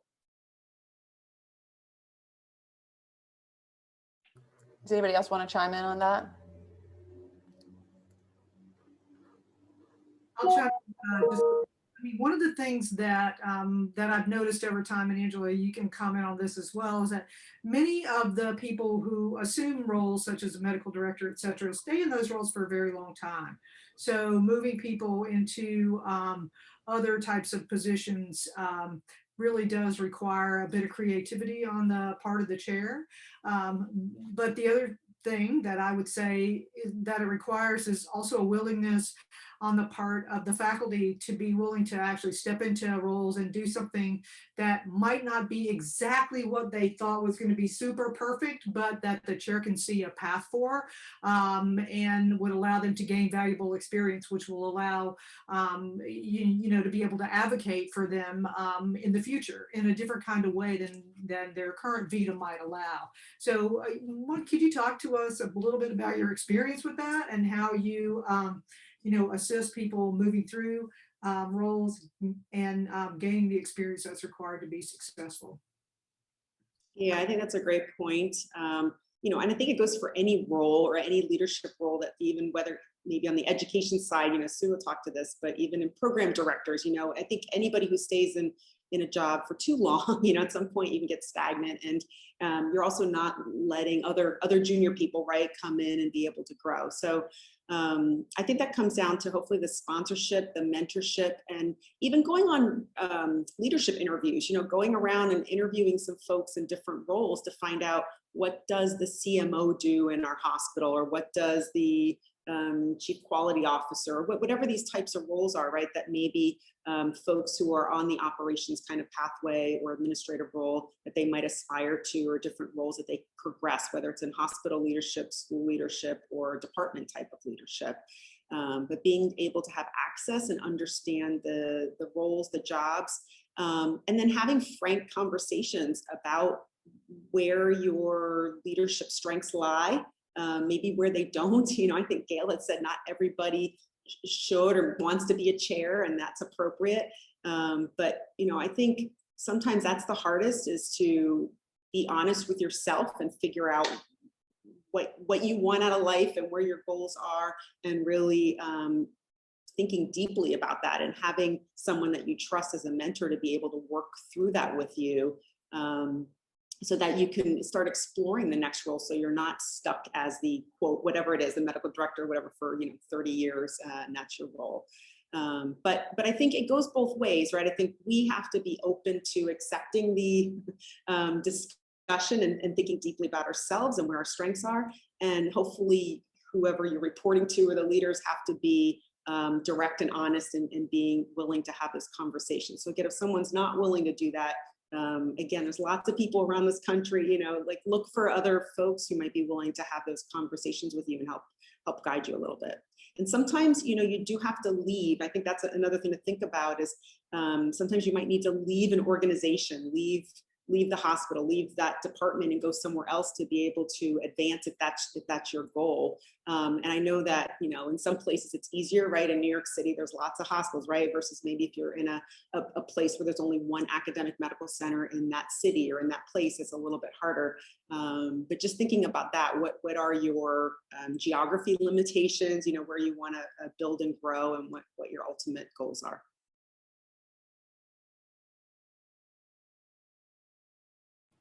Great. Thank you, Dr. Mills. With an eye on the clock, I think we'll go ahead and transition forward to policy. I know, Dr. Madsen, you asked a question in the chat, which I'm just going to hold to the next Q&A session, if that's all right. And just a reminder to everyone to put into the chat or in a direct message to Carolyn which breakout group they would like to be in.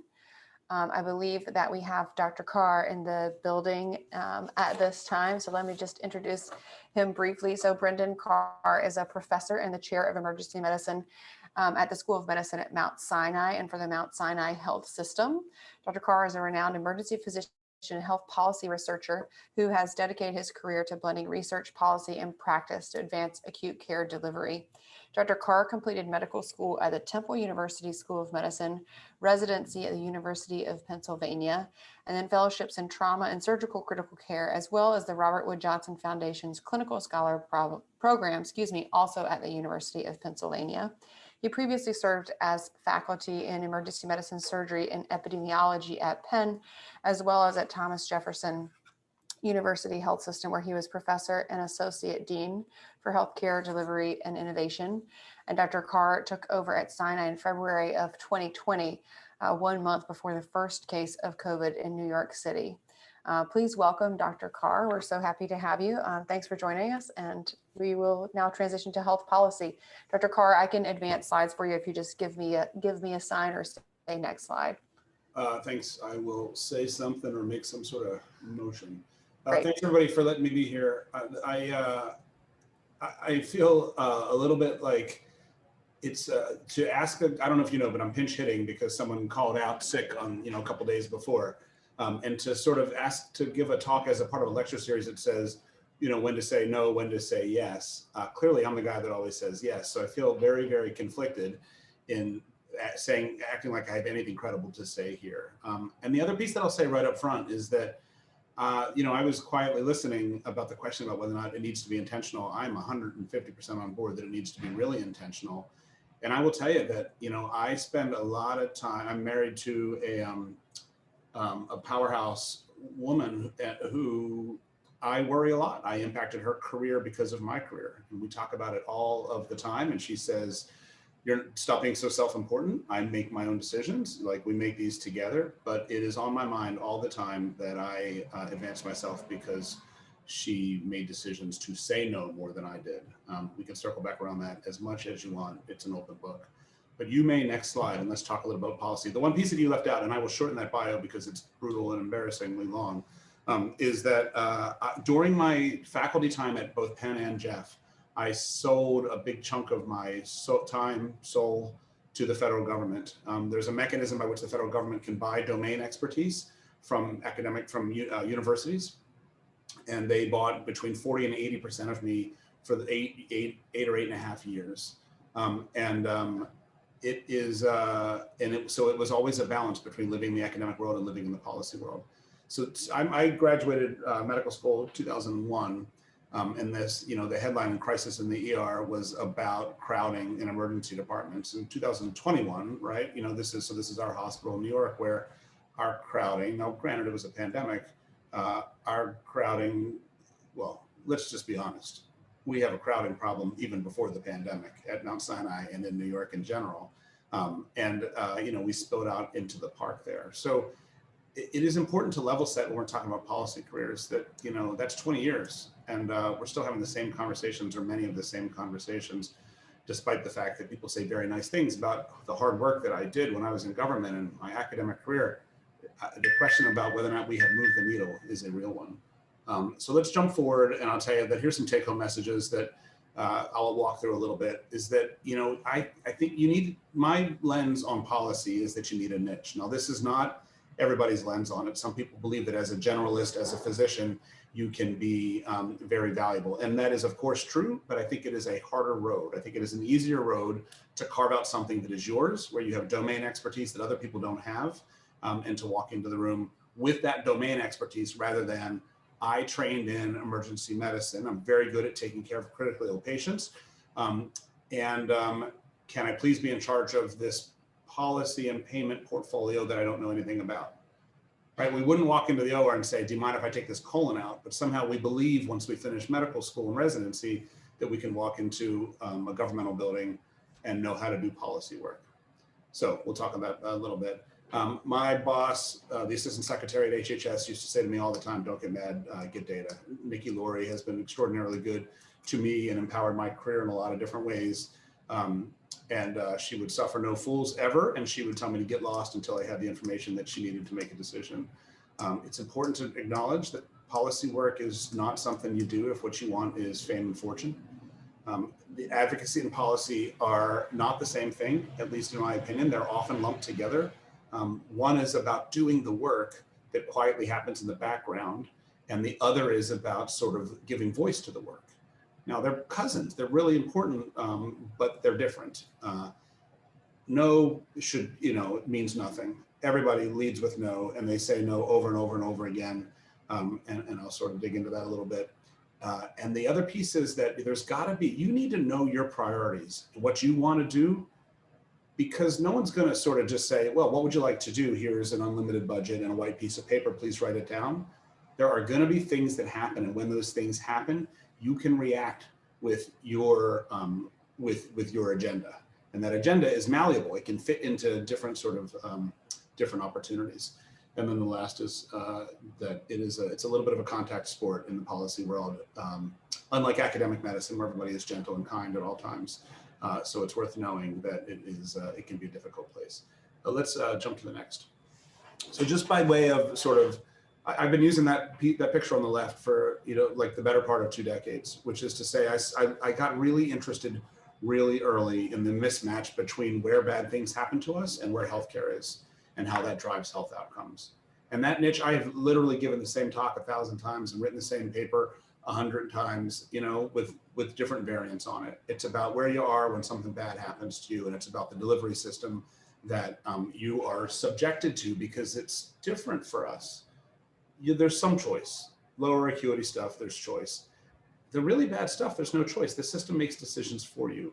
And so I've always thought as sort of that it is incumbent upon us to think about that system and the system that we build. So I dug deep. I mean, you heard Angela say that, I paid the dues doing the trauma, surgical, critical care, deeply embedded in that world, getting to know all those players so that when I, sort of interacted with them, we could push an agenda. And then the policy training sort of after that allows you to start to learn some of the tools, the skill set. So my niche, I guess I would say is twofold. It's around systems, initially trauma, but then stroke, and then cardiac arrest, and now a whole lot of, it turns out, special pathogens or infectious diseases as we build systems in the wake of COVID. And then the second piece was really sort of understanding how the policy machinery works. You can jump to the next. So this paper is 2010, right? We're talking about the capacity of the United States to take a punch from a pandemic. This got so little attention in JAMA and nobody cared. You could jump to the next. The dark spots are places that are, let me just break this down. So those are on the right, on the columns here are HRRs. The proportion of critical patients in that HRR is a polygon, healthcare referral regions. And it's the number of patients that need to get sick in order to sort of overwhelm the system. And you see just by 0.04, 0.05% of the population, our health systems are crushed, right? So we knew this a long time ago, and we just never sort of built a system that was focused on thinking about what if. We always planned for yesterday and for today, but never for a what if tomorrow. And the reasons are multifactorial, not for this conversation. The point here is that there's data out there that can tell us the story of what just happened to us across this country, and certainly in New York. It was there a long time ago. So getting data sometimes is really important. Getting data is not enough, if you'll jump to the next slide, because the other data that Nikki meant when she sent me to have many, many sort of conversations off the record, that's the Starbucks in Capitol Hill, where I met a gajillion people to have conversations I'm not allowed to have, right? She meant build consensus. Find out where people stand on issues, get the backstory on what's going to happen. So in the policy world, there's the conversation that's happening in the room, and then there's the conversation that happened in the coffee shop the night before. And like, we can't be naive about the fact that that is the way that the world works. All right, next. So, I really got deeply embedded. The hospital-based emergency care portfolio was coming out when I was in residency, and I was really taken with it. My fellowship director, actually my division chief at the time, was a guy named Bill Schwab. He's in the middle there testifying in front of Congress, and then that's Nikki off to the right. These people really empowered me, but I was entirely invisible in most of the process. Wasn't a political appointee. I didn't have a public face. I wrote their talks. I carried their suitcase. I prepped their stuff. I educated them about issues for like, I don't know, a decade and a half. It's an interesting thing. It's very different. And I had conversations with my research mentor at Penn, who was like livid at the idea that people would take my ideas and sort of use them and sort of talk about, what if we built it this way? Isn't there a mechanism by which we could X, Y, Z? And I would say, I just don't care, Brian. I mean, that's just not what makes me tick. I want the idea to take hold. So, finding people that will empower you, but being at peace with the fact that you're behind the scenes is a big piece of policy. On to the next, and I do not mean this in any offensive way, but when we go to the Hill and we speak on the talking points that are given to us by people who have decided these are the things we're lobbying for as a professional society, and this is for those who don't know it, the Leadership and Advocacy meeting is a great meeting, DC based. I used to go all the time. And the first day is education, the second day is Hill visits. And you go to your representatives' offices and you talk about issues in emergency medicine. On the back end of it, when I was in government, I got to see and understand better what this looks like. This is no different than like an oil company coming in and saying, hey, we think you should allow drilling, right? It was seen exactly the same way. And so, I watch many friends who have strong advocacy opinions, and social media is a big piece of this. And I am like a little bit older, but also, so I didn't grow up with social media, but I also spent 8.5 years inside of the federal government where everything was policed, where it was really important to sort of not be out there with your issue being about you or your advocacy for your professional society, but being about policy. And that's super hard. And I hope we'll talk about that a little bit because I feel conflicted all of the time about when I'm being dishonest about who I am and what I want, and pretending that I don't have an opinion or a perspective, when of course I do. The next one is just a little reminder that the emergency care community has been lobbied. This isn't even. I should have stretched it back to the 70s. Injury in America. The first report about this neglect, and then another one about the neglected disease of trauma. These are mostly Institute of Medicine reports, a presidential report, a blue ribbon panel on biodefense. The change is so slow to happen. The answer is always no, and you just have to sort of be willing to get back into the game.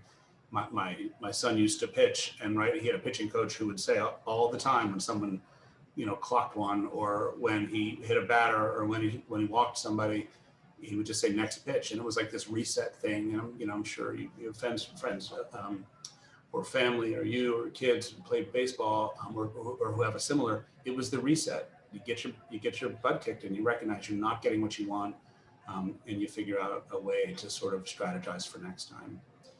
But on the next slide here, though, this was a window. I wanted to sort of show an opportunity. So, oops, I don't know how that happened. Sorry, you can hit down and it should just show the whole slide. So, when I was sitting in my office in DC the day before, when we knew it was going to happen, and then I went back to Philly. I worked a 3 to midnight shift, and I got a phone call at about 10 o'clock from somebody that I worked with, and they said, Secretary wants a plan on their desk for how we're going to manage Ebola by morning. I said, oh, that's great, super. Let me just, finish signing out, close out some charts, and then go get my my external hard drive at the time. I remember going to the office and grabbing it, and then going down to DC to stay up all night to sort of create a plan, which I had been pushing, right? I wanted it regionalized, I wanted it tiered, I wanted something like trauma for infectious diseases, and I couldn't have it. And now all of a sudden, that's my whiteboard, and you sort of see like this tiered model that we were building for Ebola. And I sat there with Melissa, right? And then, and we worked on this thing and we sent it up the chain. And I will tell you, 2 weeks later, I sat in a room while lots of people went to the podium, took ownership of this thing that Melissa and I cooked up in the middle of the night, and it exists. There's a regional Ebola treatment network that is now, they're pouring gasoline on in the wake of COVID. And there's a huge national working group talking about what a system of care will look like for special pathogens. How does this sort of sit alongside burns and trauma to start to think about intersecting around high consequence infectious diseases? But they didn't want anything about it. I was there 5 years or something like that, talking about regionalized emergency care systems and understanding capabilities and resources. You saw that first slide, sort of access to emergency care. Nobody was interested until all of a sudden they were interested. And then the last one, I'll just sort of say that you can jump to the next slide, that none of this happens unless you lean on the likes of Nikki and partners like Melissa and people that empowered me, like, Dr. Schwab and this, of course, crew, right? So that's my crew, and that's where the hard conversations happen. I think you all know that, about whether or not I'm gonna, move to DC, move to New York, take this job, work late, work harder. I jumped into the call as Angela was talking about how some jobs are not a one-to-one hour replacement for your clinical shifts. It turns out I got the worst deal in the world, when I accepted whatever my ratio is, and all of yours, I'm sure, right, in DC and in your roles of dozens of hours for every hour of a clinical shift. But these decisions are not decisions you make independently, and I won't belabor this with this group. I will then end on my favorite, which is, if you just jump forward, a couple last pointers. If you've never seen this, it needs to be in your medical lexicon. This is a primer on how to swim with sharks, and acknowledges that nobody really wants to do this. It's not that fun, but sometimes you have to if you'll advance. Say that there's 4 take-home messages. One in policy is that you assume that all unidentified fish are sharks. Unless you've witnessed docile behavior in the presence of shed blood, just assume that they will attack you. If and when you're in the battle, never bleed. Bleeding will just upset them, will make them attack you more, even the ones that seem docile. One of my favorite expressions ever is the concept of anticipatory retaliation. Counter any aggression promptly with anticipatory retaliation. And then the last one is that if someone else is bleeding, just get out of the water, you can't save them. And it's so brutal, and there's shreds of truth, and it's not the way that I live my life, that we sort of abandon each other and that we're not there for each other. But it is, it is tongue-in-cheek about the fact that it is not an easy road. It is a long road, but it's unbelievably fulfilling, because when you change one sentence in statute, in policy, and the ripple effects for the next couple decades are very, very, very interesting, very cool to see, and very fulfilling if you've done something that is sort of deeply connected to the challenge that you set out with, which for me is that billboard that I showed you, which is drive carefully. We got 2 cemeteries and no hospitals. Anyway, those are my thoughts. Thank you very much for letting me talk with you guys. Thanks so much, Dr. Carr. Appreciate that.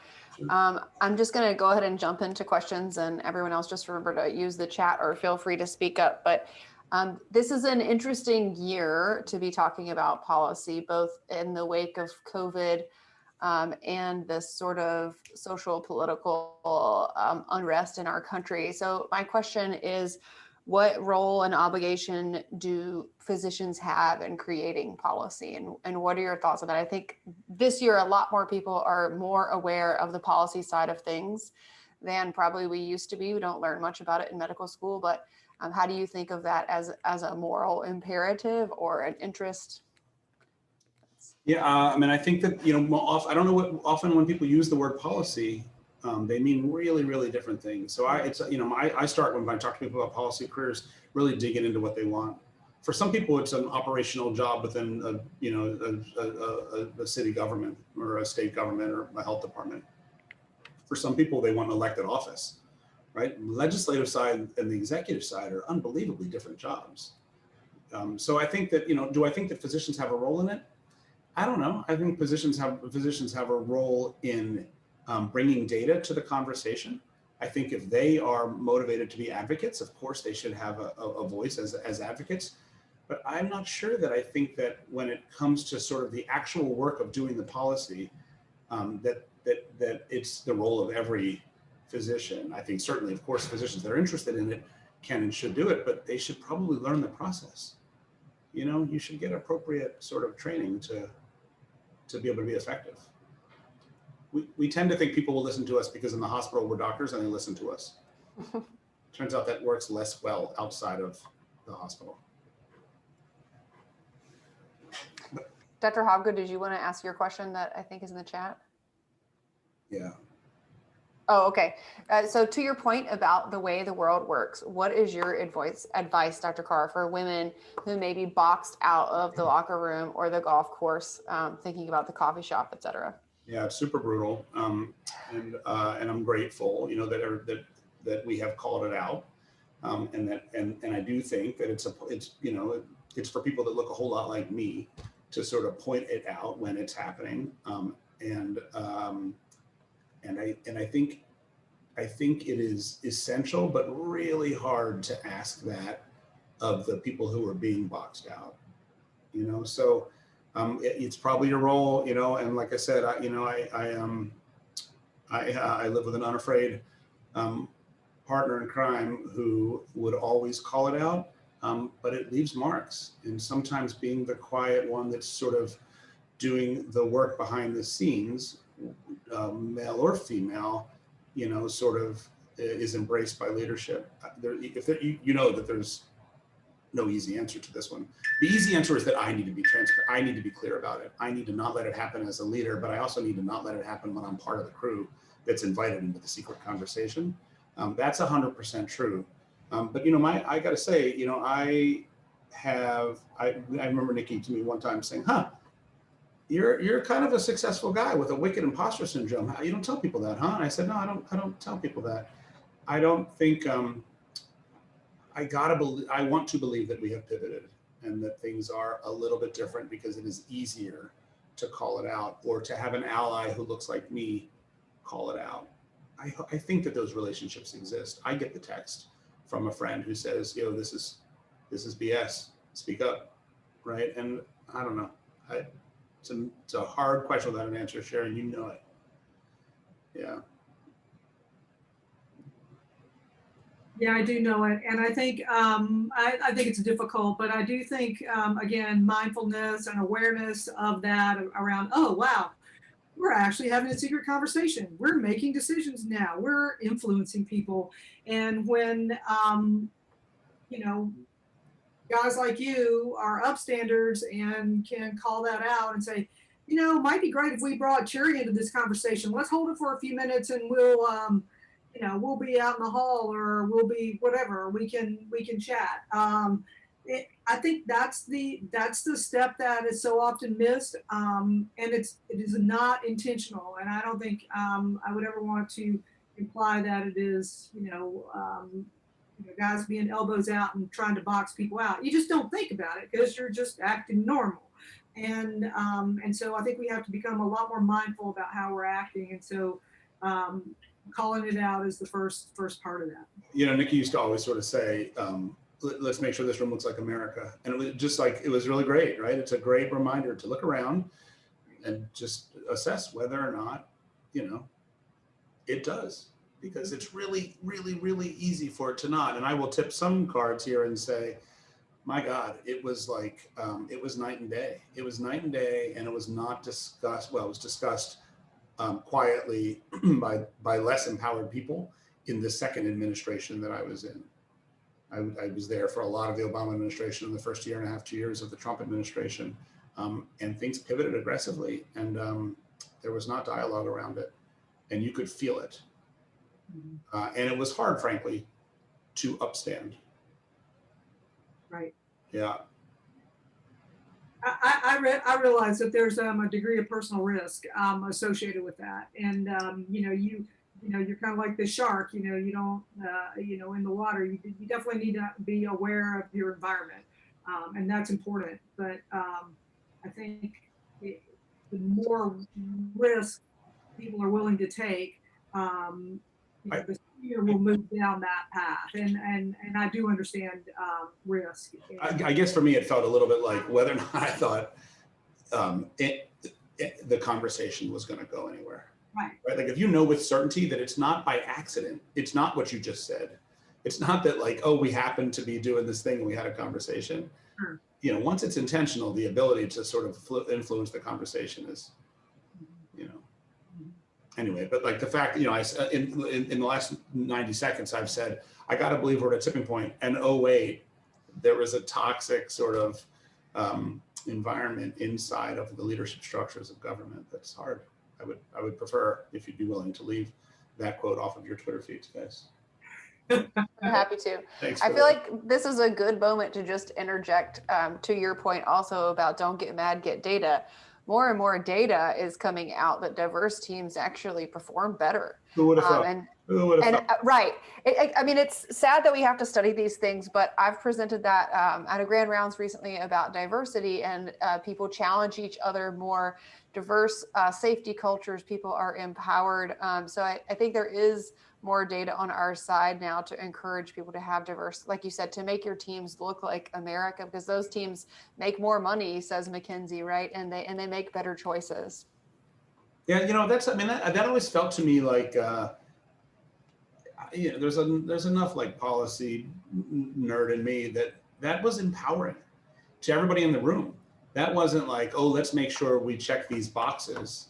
That was, how do we make this decision about Americans unless the room looks like the people that we're making the decision for? Anyway, that has stuck with me, and I've tried to sort of hang on to it as a way to think about the teams that I'm a part of. Great. Let me ask you a question from the chat, if I may, from Dr. Madsen, which is, how do you advise junior faculty that are interested in multiple domains? For example, someone who's interested in policy and research. How do you advise them to prevent them from overcommitting, essentially, when they're interested in multiple things? Dr. Madsen, I'm the guy who had a really full day who said yes, you know, 3 days beforehand. You know, I have this conversation. So most of I have a policy life, but I was also a traditional researcher, right? Like I funded research portfolios since, you know, the end of fellowship. And we talk about this a lot in that circle.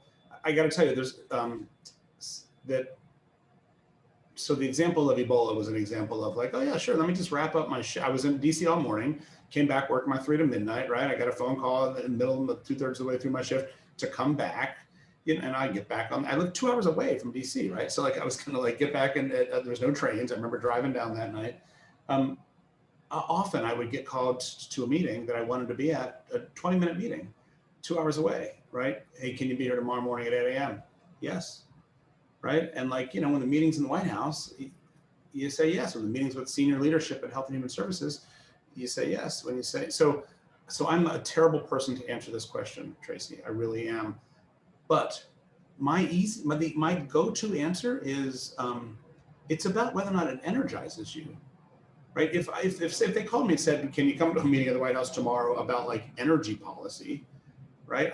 That's just not my thing. So when I was lucky enough to get doors cracked that were in my wheelhouse, or that I thought were my wheelhouse, or that were the kind of thing I would read if I saw it in the newspaper or in a medical journal, it was just much easier to sort of say yes. And I will come back to the other piece, which is, and you can imagine, right?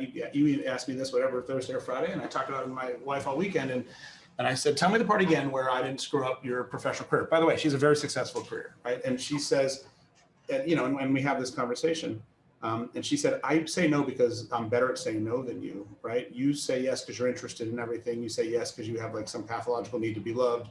You say yes because you're a climber, you know, all the things that we say to the people that we love. But I don't have real answers for you, Tracy. I mean, if it's exciting to you and you want to do it, I really believe you say yes more than no for the better part of the first 3/4 of your career. But that does make you be overextended. Any of the other chairs want to weigh in? Please feel free. We have about 4 or 5 minutes till we go to break. What do you tell them? I think one of the really important things that you need to understand, again, in the context of what's your end goal, what are you trying to accomplish, and then you need to understand, again, your environment. what's the culture of your institution? What's valued there? What's going to help you get promoted? What's going to contribute to the discipline and the specialty? And so if you don't understand that, and you're just a salmon swimming against the stream, you're kind of you're in the wrong place, and you're going to need to have some consideration for moving. But you really do need to understand what is the coin of the realm, and that requires some situational awareness and some just really frankly direct observation and good mentorship of the people around you, in order to make some of those decisions, because it's not always the best idea to try and take on both a research career and become an assistant program director because you're very affable, right? I mean, does your institution care about those things? And how are you going to balance that? You really do need to make smart choices. Sherry, I also think that, it's not binary. No, absolutely. People don't say like, hey, do you want to do this thing? It is 70 hours a week for the next 20 years. They say, hey, you want to do this thing? And you say, well, let me learn a little bit more about it. And they say, okay, so if I waste, I don't know, a couple hours a day for a couple months to learn that I don't like this, was that okay? It's okay as long as then you are not then put in a position where you either can't get out of it, or you are penalized for now, like letting down the team, or not being, someone who follows through, or is seen to fail. So you really, again, you need totally. your environment and what you're going to be kind of held accountable for, and then also to have a realistic expectation about, again, what are you personally going to get from it? What gives you juice? You just said this about yourself. Like, what gives you personal juice? If you really don't want to sit around and give residents feedback all the time, then you probably shouldn't go into the APD role. It's not all going to be about glory. It's going to be about giving tough feedback and filling out your the paperwork to keep you in the line with the RRC. So if you're really more interested in inquiry, then you're going to have to go do that work. Sherry, you pivoted there. I'm sorry if I'm speaking over. No, it's okay. Somebody else. You pivoted there and said it's not about the question about how to say yes, how to say no, how to sort of not get overcommitted. It's about setting expectations about what would it look like. Can I put a toe in the water and try this? And it's different when you're once you're sort of really established and somebody says, can you chair this committee? And if it's not, you got to say yes or no. Right. That's a little bit of a different thing than there's a project, we could use your help. There's a team getting put together to set expectations and say, I don't know exactly what I want. I like policy, I like research, I like clinical ops. I would like to do this project with you, but like full disclosure, I am trying out, I might play one season with the team, but I'm not sort of committing to a 10-year contract. Right. I think that is an incredibly important conversation and something that folks really need to engage in. Many people don't. I love the concept of putting it, some parameters around it, because that does allow you to do some of that early career exploration and actually find out about things that you're going to be passionate about. And frankly, sometimes your chair or whoever the leader is just needs somebody to really pick up this hard job, do it for a bit, and there's going to be a tangible reward downstream. It may not be your best thing, but boy, the upside of that is really important. And you might just need to hold your nose and do it, because in the bump and the leapfrog over a bunch of other crap, excuse the French, but it's going to be worth it to you. And that's okay too. But again, that's a conversation up front. And a lot of people just simply fail to have that conversation.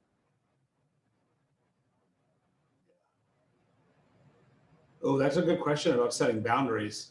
I think they're setting boundaries and they're setting boundaries. Sherry just said it better than I ever could. How you make the decision when you're just going to suck it up, and do it because you think it's what they want from you, and how you make it be sort of, that's on one extreme. And the other extreme is that to only do it on your terms if it's perfect for you, independent of how much they need it. The idea of setting boundaries is, again, is a skill, and it's received differently by different people. And it's a worthwhile conversation, a worthwhile thing to focus on, at least I think, how to do it gracefully. It's a negotiation. Yeah. People But go, even the negotiation, don't you worry? Negotiating when there's a power dynamic is super hard versus transparency around the fact that I'm trying to carve out my career. You know, I don't know if I'm going to do ops, education, research. I just don't know. I like all these things. right. But I think that's though when your mentor can help you. You know, your mentor can help you set boundaries in a way that doesn't yeah, that's great. compromise you or your reputation. I think that's really important. That's an important time to get your mentor involved. I think the other thing that Cherry, you were saying that I don't think got lost, but I think is it's not just about managing the expectations with regard to whether you're going to do this long term, but it's also about making sure that you do have the bandwidth to do it well. Right. You don't want to take it on and then not do it well, because that won't serve anyone. It doesn't serve you well at all. It certainly doesn't serve the project or whatever it is well. Mm-hmm. So, I mean, I really think that's where an unbiased mentor needs to, comes in, who is not involved with the project, who doesn't have anything to benefit from and can guide you. Mm-hmm. Yeah, one of the really interesting things that's coming out of the study is that many of the women have done a variety of different roles, and the men have been very much more focused. And if you really think about the skill set that's required for leadership at the chair level, it actually requires this kind of circumferential knowledge of the department. And that oftentimes, you know, working across multiple domains is advantageous in that.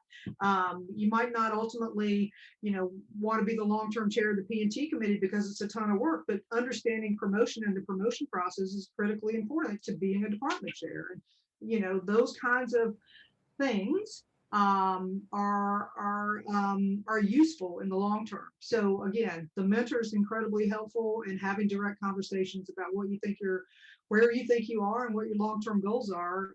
I think just being truthful and honest, and then having some trust that the person who is asking you to do this work is actually going to is on your team and is going to help you move forward and advance your career, and that's important, you know, and you need to find that space and that place. Especially if you have to get out of it. I mean, I will never forget, you know, I ran the fourth year sub internship.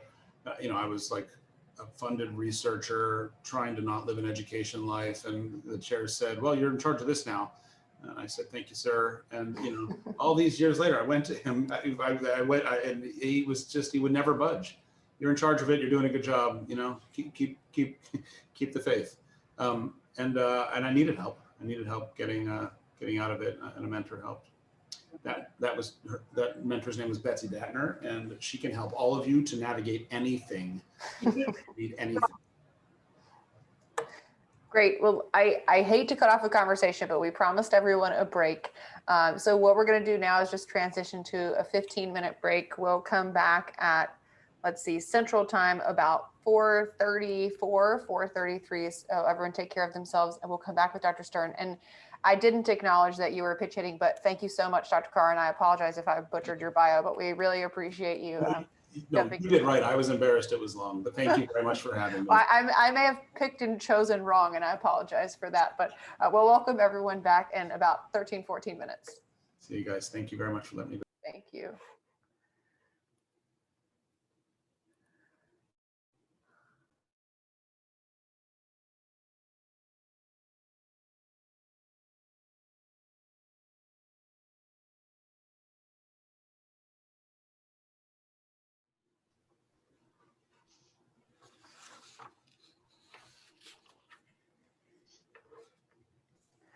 All right, well, I think we'll go ahead and jump back in. Thanks to everybody for being here again, and a special thanks to Dr. Susan Stern, who's now joining her. So let me just introduce her, and then I will turn it over to you, Dr. Stern. So Susan Stern is a professor and the inaugural chair of the Department of Emergency Medicine at the University of Washington in Seattle. Dr. Stern received her medical degree from Case Western in 1987. She completed emergency medicine residency and a research fellowship in resuscitation at the University of Cincinnati.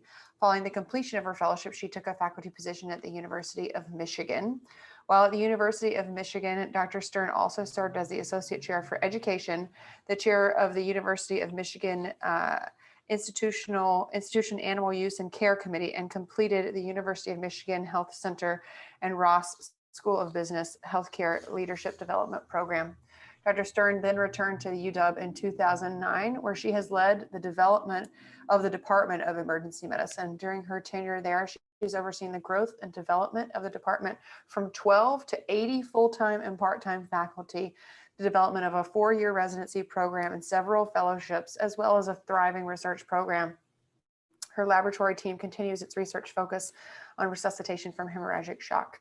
Dr. Stern's been active with SAM since 1994. She's served as chair of the program committee between 98 and 2000 and as a member of the board of directors from 2000 to 2005, and is currently the co-director of the Academy for Chairs Chair Development Program in conjunction with Dr. Zink.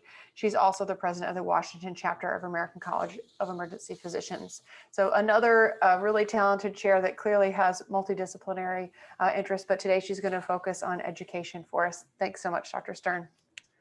Thank you. So I'm going to go ahead and get started. See if I can advance. For some reason, it's not letting me advance. Let me. I'm going to stop share for a second, and then I'll reshare.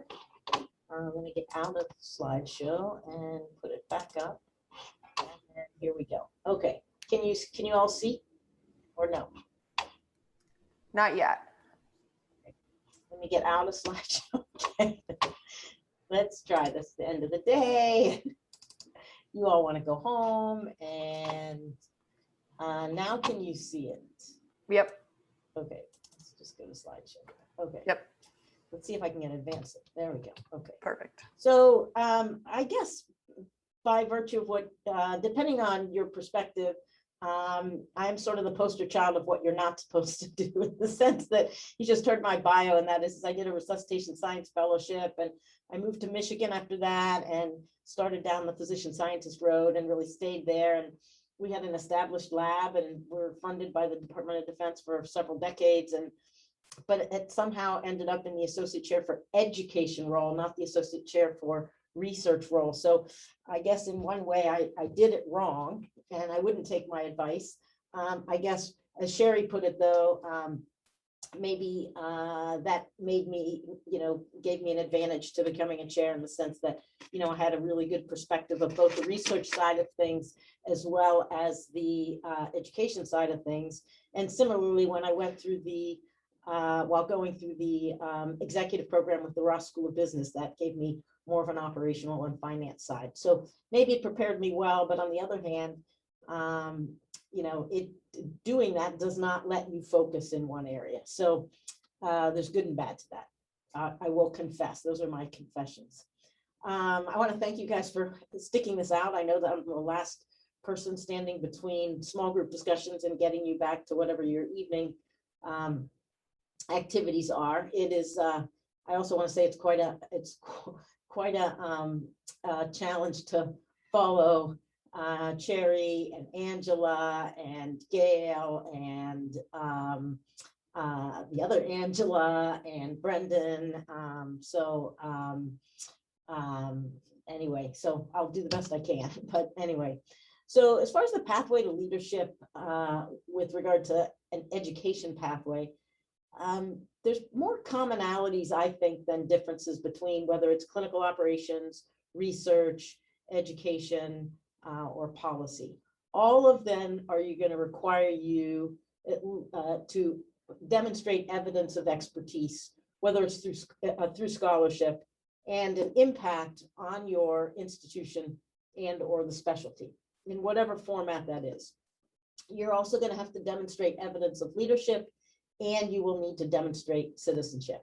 So I may not be the most popular amongst those who are considering the physician educator pathway, in the sense that my answer to the question that Angela posed about scholarship is going to be, yeah, I think you do need scholarship.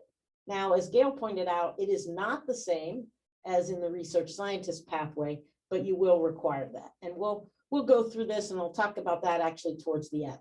I'm going to talk about a few things that are similar to what Gail and others said, that is mentorship.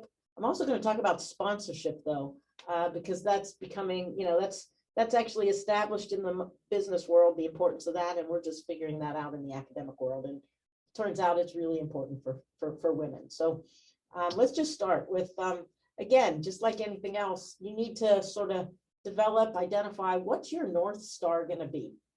And it's the importance of clarifying your purpose. This is your why. This is your reason for being. This is your passion. This is going to help you keep focused so you can accomplish what you need to accomplish. But it's also that thing that you just love. It's that thing that's going to keep you coming back for more, keep you driven and energized, even during hard times.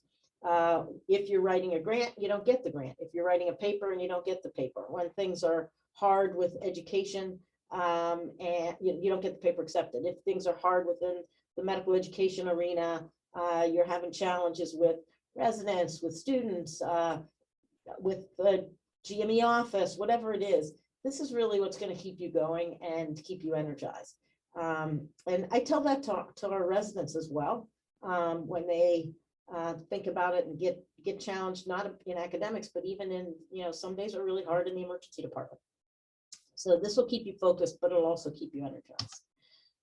Once you identify that passion, then I think Gail spoke about this, you really need to begin setting your goals and you need to learn how to use them.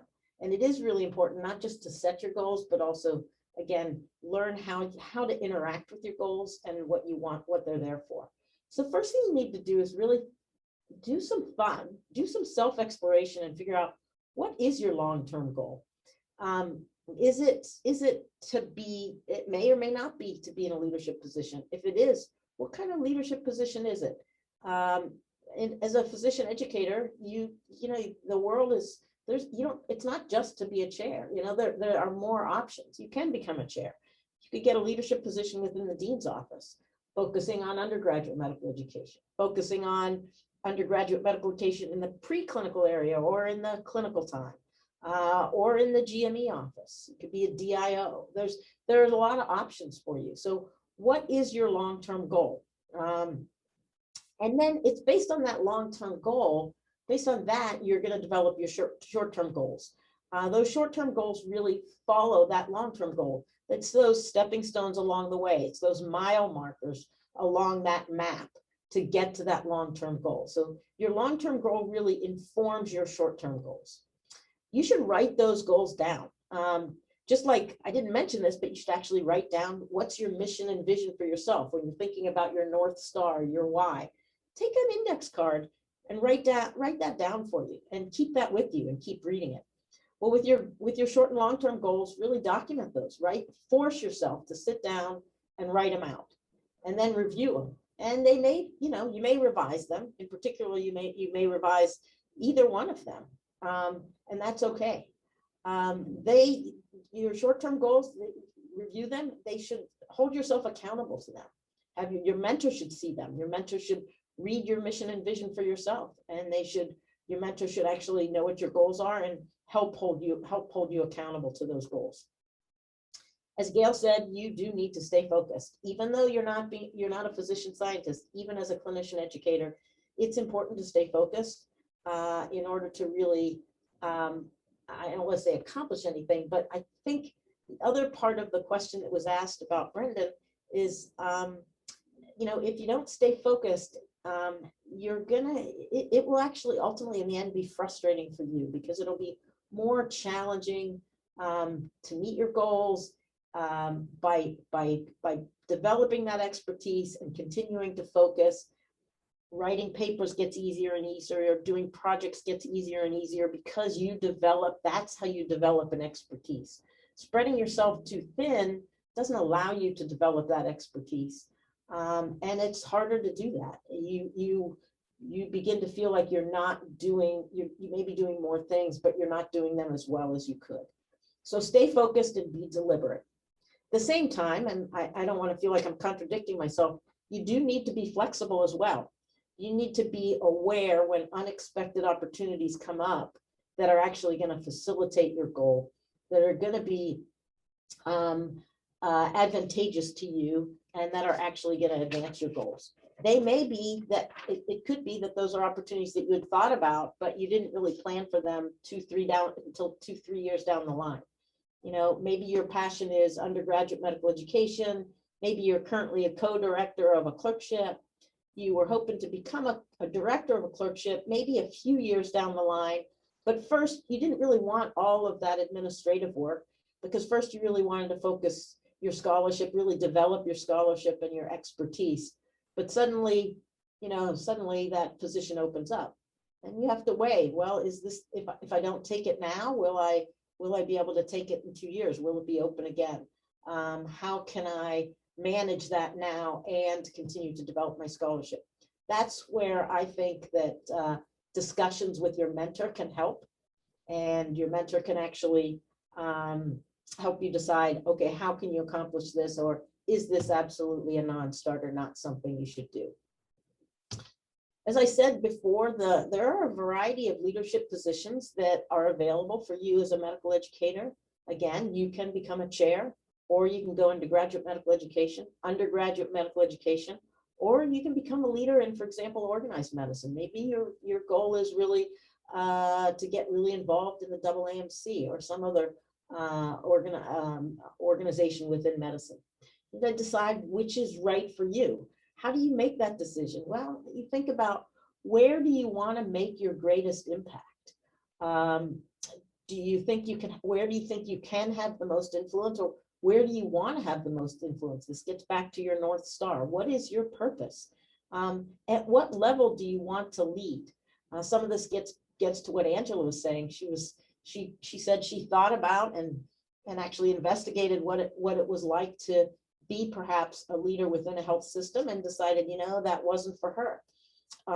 So at what level do you want to lead? Who do you want to influence? Would you rather work in counseling, or advancing the career, or advancing our knowledge in the area of undergraduate medical education, graduate medical education? Or do you really like the idea of shepherding faculty and watching junior faculty develop their career? So what's right? What is going to be right for you? And you may not know that initially, but it's important to think about.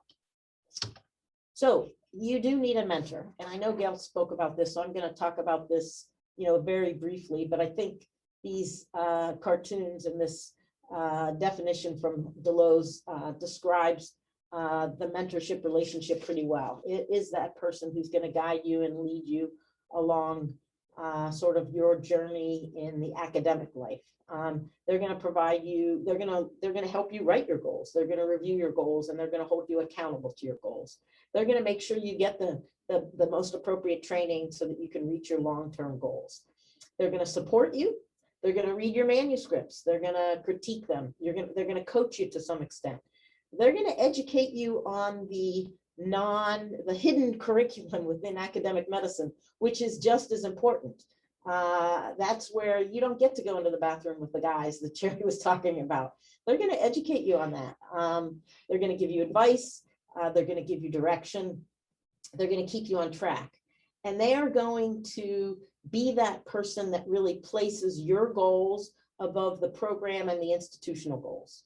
So your chair can mentor you a little, but he or she cannot be your only mentor, because he or she probably cannot be completely objective.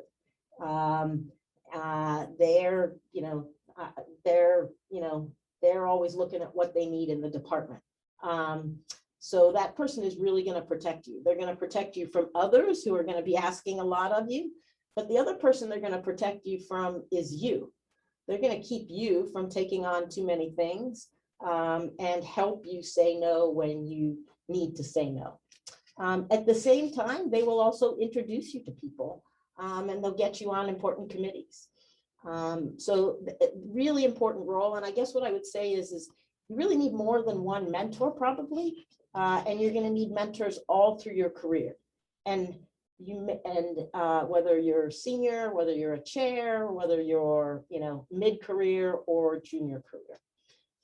Successful mentorship truly is transformative, and it's transformative actually for both the mentor and the mentee. You as a mentee have a responsibility to the mentor.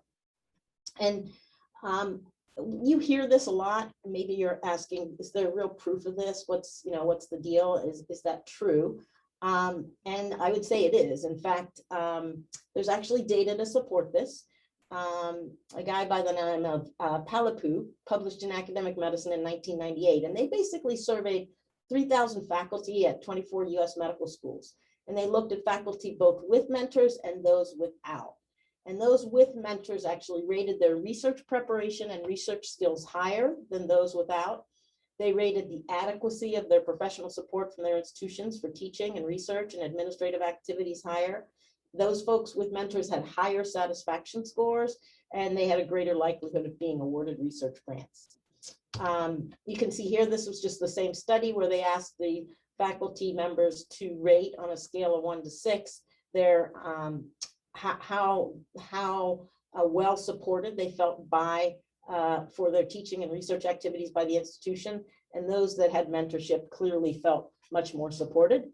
And that's probably a reflection of the fact that they were more supported because their mentors actually looked out for them. Now, we all need mentors, as I said, and there's a corollary to that. And the corollary, I like this one, is that during a researcher's first year on the job, but I would say many years on the job, the most significant negative correlate with productivity is autonomy. And again, this just goes to the mentor helping you and protecting you from those around you and really pushing you along the way. Now, part of the reason I wanted to talk to you about mentorship is I'm going to shift gears a little bit here, and I'm going to talk about sponsorship, which is something we're just starting to talk about in academic medicine. And so that's part of the reason I wanted to talk about this, because there's real evidence that in particular for women and underrepresented in medicine, mentorship may be necessary, is necessary, but it may not be sufficient for career advancement. And that's where sponsorship comes in. So I want to talk a little bit about that and make everyone aware of that. So what's a sponsor?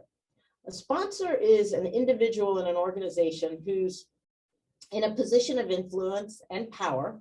So they have access to networks, they understand the landscape around them. And this is a person who will actively then support the career of what you might call a protege that they've identified as having a high potential. This individual has to be knowledgeable about the organization's structure and opportunities, and they have to have some significant influence. This person will advance that protege's career through a number of ways. They may nominate them for leadership opportunities, they may introduce them to career networks, or they may enhance their visibility within an organization through putting them on to committees and other things like that. They may nominate them for awards. There's evidence in both the business world as well as now just coming in academic medicine that sponsorship is critical for actually breaking through that glass ceiling and enabling career advancement. And you saw all the statistics from Cherry, and that's really important. This is a multi-dimensional definition of sponsor, of what a sponsor is. This comes from the Harvard Business Review, a research report entitled "The Sponsor Effect: Breaking Through the Last Glass Ceiling." And they define it in this one particular as someone who uses sort of chip, from the protege's perspective, they use chips on my behalf and they advocate for my next promotion. And they do that at least two of the following ways. They either expand their perception of what I can do, they make connections to senior leaders, they promote visibility, they connect to career opportunities, they advise me on my appearance was one of them. Shouldn't have to be that. Makes connections outside of my company and gives career advice. So that's sort of a more multidimensional definition of a sponsor. Johns Hopkins, on the other hand, they actually recently did a study looking at the role of sponsorship within academic medicine. And they took that on because, again, I think Cherry pointed out the many disparities between men and women in medical faculty and academic medicine, in achieving disparities in achieving academic rank, disparities in achieving leadership roles, disparities in compensation, disparities in research support. All of those things suggest that high-performing women, despite what they do, have a visibility gap. They may be doing the same thing, they may have the same number of publications, but they're not as visible, they're not getting promoted. And so sponsorship may be the way to address that. That suggests that there's systemic inequity. And it also means that we're compromising, we've been talking today in a number of presentations about diversity and how diversity enhances our environment. And that's true at leadership levels for sure. So Hopkins underwent this study. It was a qualitative study where they brought 12 sponsors, which were chairs, and 11 proteges, which were people who had been recommended by their chairs to participate in an executive leadership course. And they did a qualitative interview and talked to them about what sponsorship meant to them and what their perspectives were on this. And they provide a schematic here of the semi-structured interviews and describing what sponsorship, how sponsorship was distinct from mentorship. So you can see in the middle here, this is where they overlap. They both thought that both mentorship and sponsorship were key to their professional development. Both sponsors, both the sponsors and the proteges felt that the participants benefited from both of these. Multiple mentorship opportunities and sponsorships were desired. Mentors can serve as a sponsor, though often they are not. And that really to have in both types of relationships, you need true respect, trust, and loyalty. What's different was a mentorship is more of a longitudinal relationship, and it's really focused on career development, versus sponsorship is focused on career advancement. It's often episodic and it's transactional, much more transactional, as opposed to mentorship, which is more like we spoke about before, a transformative relationship. Mentorship is really focused on the personal and professional development of the protege, whereas opposed to sponsorship is focused on a specific career advancing opportunity. It may be a one-time event. And again, it's episodic. So that's what they came away with as far as the difference between those two things. So what's the importance of the sponsorship of women? This gets to an article of the sponsor effect. This was again in the Harvard Business Review. Well, what they found was without sponsors, women are much less likely than men to be appointed to top positions. This is in business. And in business, fewer women than men in large companies actually have sponsors, about 13% versus 19%. And men are 46% more likely than women to have a sponsor in a larger company. Their research demonstrated that women were less likely to ask for sponsorship or opportunities, which I'm guessing doesn't surprise most of us on this Zoom meeting. They talked about so that was Hewlett. Throughout other literature, reasons cited include women's perception of their own readiness, which we all know, the imposter syndrome, our lack of self-confidence often. We're not the ones that want to put ourselves forward. Society has sort of taught us that we are to be more other-focused as opposed to me-focused and advancing ourselves. We may find ourselves in the double bind, the catch-22, where if you don't speak up, then you're going to certainly be overlooked. But at the same time, if you do speak up, you're perceived as self-serving or aggressive, where a male would not be perceived as that. They would be perceived as, a strong leader. Women are more likely to assume that advancement is based merely on meritocracy, as opposed to doing a little bit of self-promotion and supporting themselves, and things like sponsorship. Also, out of the Johns Hopkins study, going back to that, again, this was a qualitative study, and then structured interviews, I thought there were some interesting selected quotes and participant observations. So the sponsorship, they noted that sponsorship was critical to advancing to a high level leadership roles. Many of the participants noted that. And here are some of the quotes. The first one is from a male sponsor who said, "It's very unusual for an individual to ascend the academic ladder or ascend into leadership positions solely based on their own skills, productivity, and contributions. I will tell you, I have always assumed that that's why you ascended. I never even thought about sponsorship. This is certainly something that the respondent said, I've had the advantage of having had sponsorship. I think it had critical impact in terms of the opportunities I had and where I am today." I didn't even think about that in my development.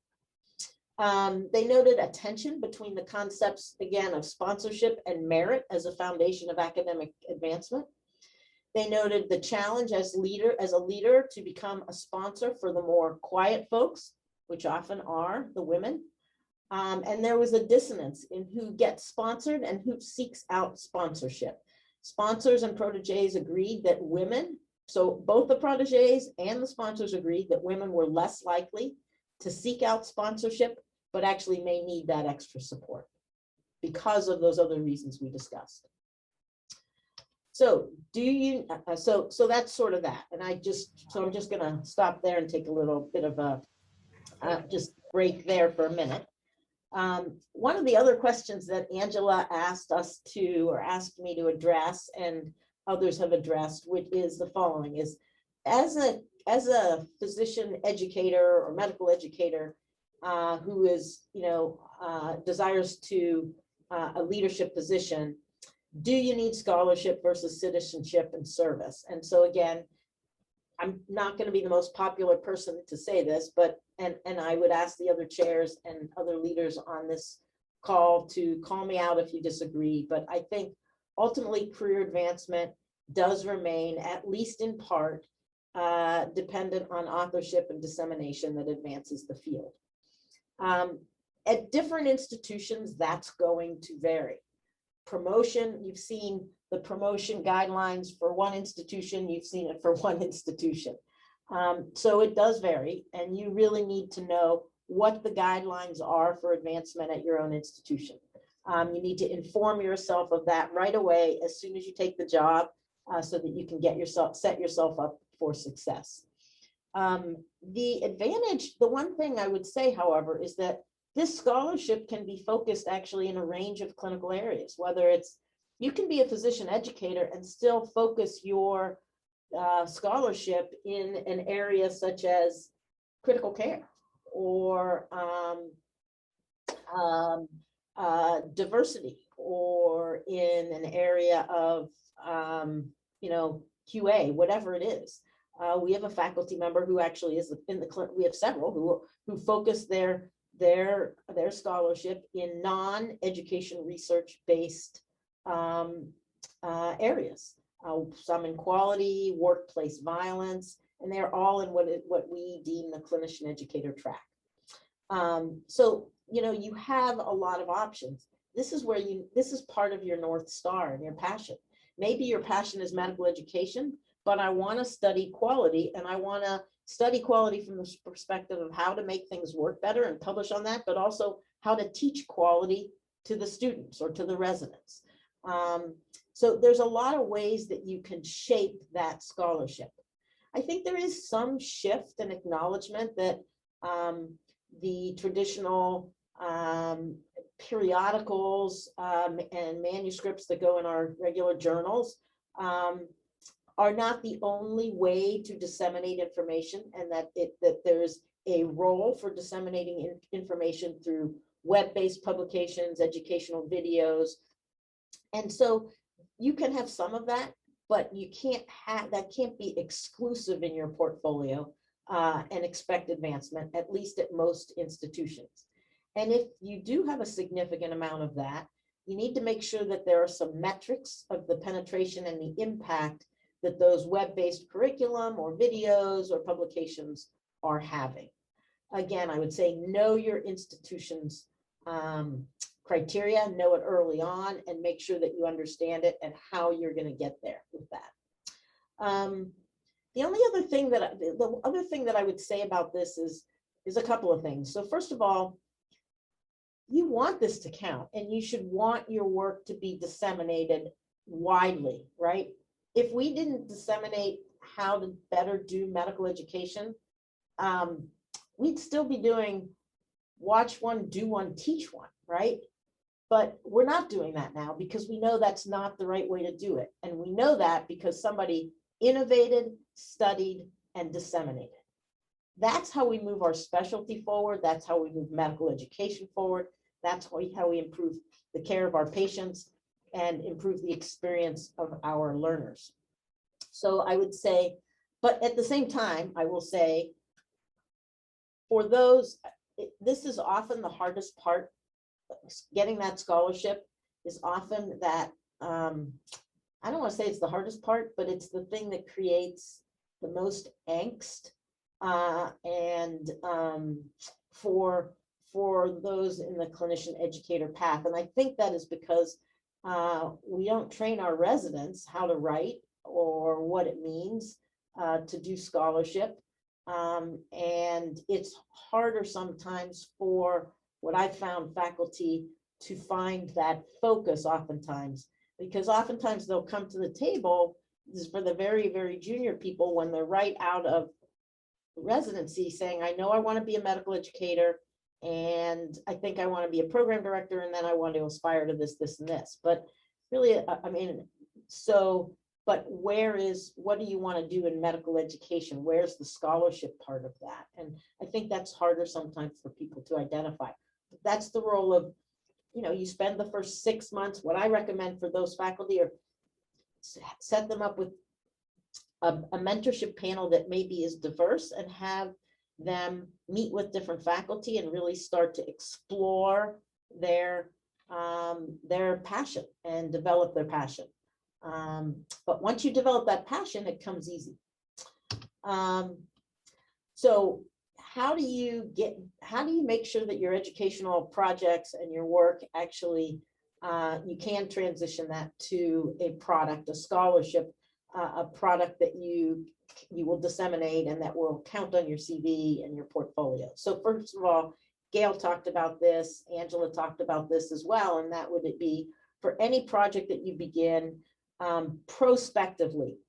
Before you do anything, step back and figure out, okay, what steps do I need to take this innovation, to design it and implement it and evaluate it so that I can publish it. If you start thinking about that after you've done it, it's too late. Something will be missing. So prospectively ask those questions. Get other people involved. Have the associate chair for research or education look at it. Bring it, really write, just like you would any other scientific protocol, write out your methods, write out a hypothesis, write out your methods, write out how you're going to evaluate it and implement it. At the same time, think about, okay, where am I going to publish this? Is this an appropriate for web-based publication, a manuscript?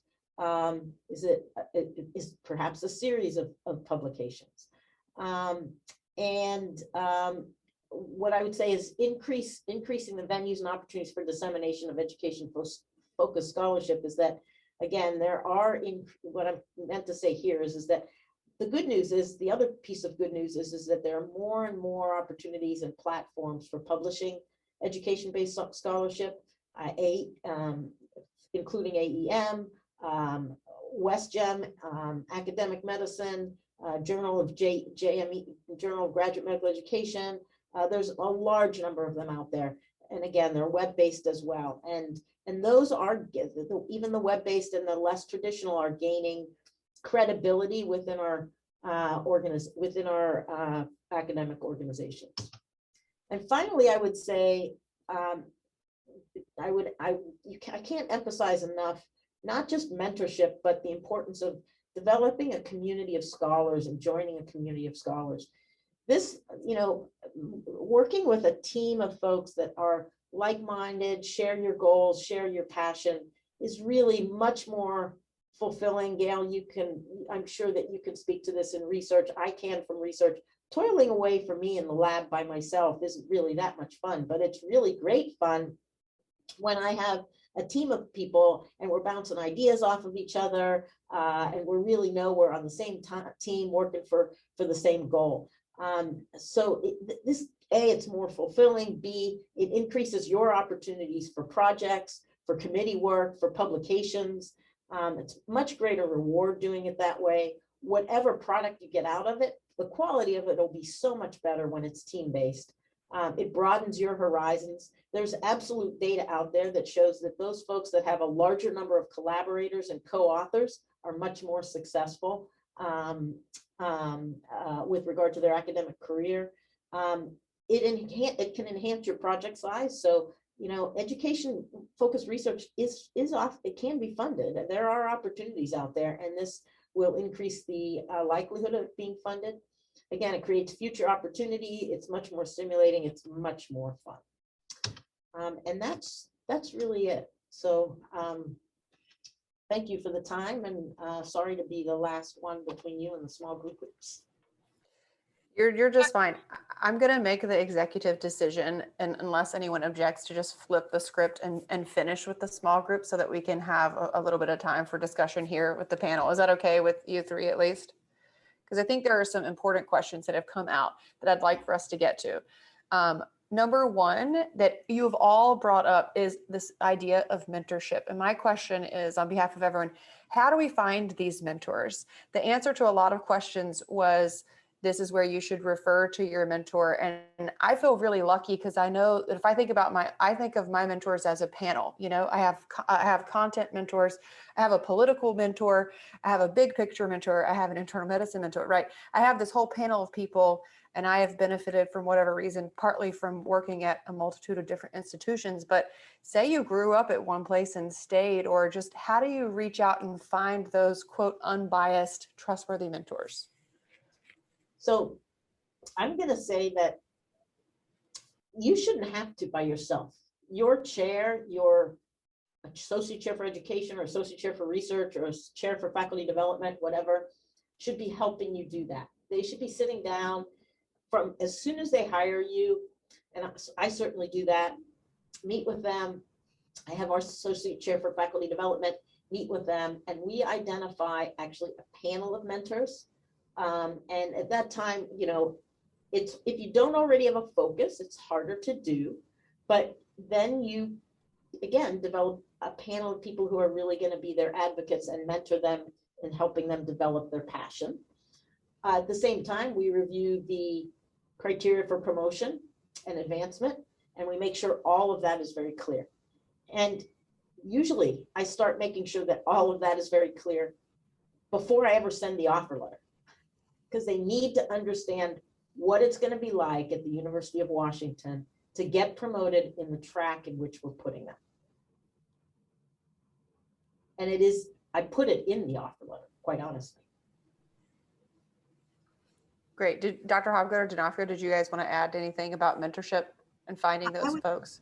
I would say very similarly, although most people who are young and are coming in as clinical instructors, so they don't have a track assigned, but everyone has a set of mentors that are assigned to them, at least navigators. And then once they get here and they make some decisions, then we could set more of a real mentoring team. I think, there's a difference obviously between people who are mentors and people who are just helping and support systems. So it's not in this sense, the true sense of the word always to start with, because you got to start somewhere.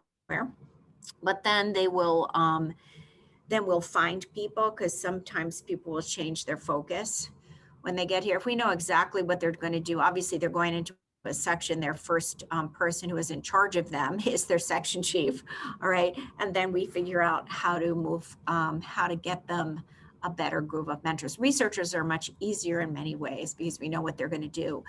Others are a little more complicated in terms of who would be their mentors. But I agree that what Sue said, that we do that, the chair does that with the section chief, of wherever they're going to try to straighten that out. And you don't have to have them immediately. You just have to know that there are people there that you're interested in before you take a job. Totally agree. Nothing really to add. Last caveat, though, I have myself found great benefit in having mentors outside of my institution.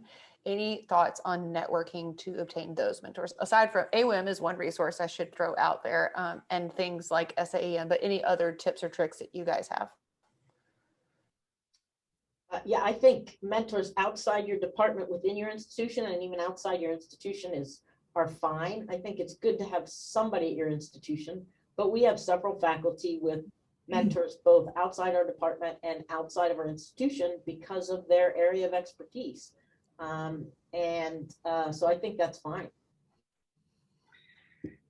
I totally agree. I think, having those folks, it's very important. And I think the thing that Gail and Sue, the distinction that they're making about mentors is much more of a formal relationship, I think, than it's not just somebody that you like. I mean, yes, there should be some affinity for that person, and hopefully that you'll gain trust and you'll develop a relationship over time. But it is a different relationship than a friendship or just someone that you just want to bounce your ideas off of. This is a much more formal, structured relationship where there is an accountability gradient on both sides, where there is a clear-cut expectation, where the chair is tasking this person to, with this work, because mentorship in this type of setting requires time. It requires a commitment from the faculty member to review your work, to be able to give you that kind of meaningful feedback. And there is a level of mutual accountability. When a mentee shows up to a mentor's office, they really do need to be prepared. They need to have their ducks in a row, as you might say. They need to give them the materials ahead of time. They need to have an agenda. It needs to be really structured. So again, this is a relationship that is much more formalized than just somebody you think you kind of get along with and you might want to bounce some ideas off of. That person, the second, you might find at SAM, and you might actually find a very structured mentor at SAM or at AWIM, but it is really the responsibility of your academic department to pair you with someone who is going to help you understand the landscape and make sure that you stay on track in your forward progression within the institution. So I want to make that point, because I do think people get confused about what's a mentor. And the relationship has to be driven by the mentee, by the way. The person doesn't get there and say, okay, well, my mentor didn't tell me that, or my mentor didn't do this for me. Okay, the relationship is driven by the mentee.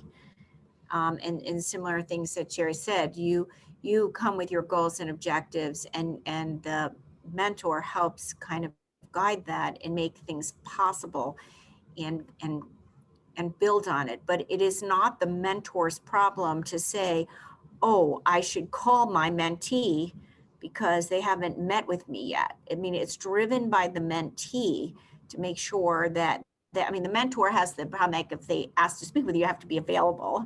You have to agree on what you want to do, but it's not the mentor's problem to track you down and figure out where you are.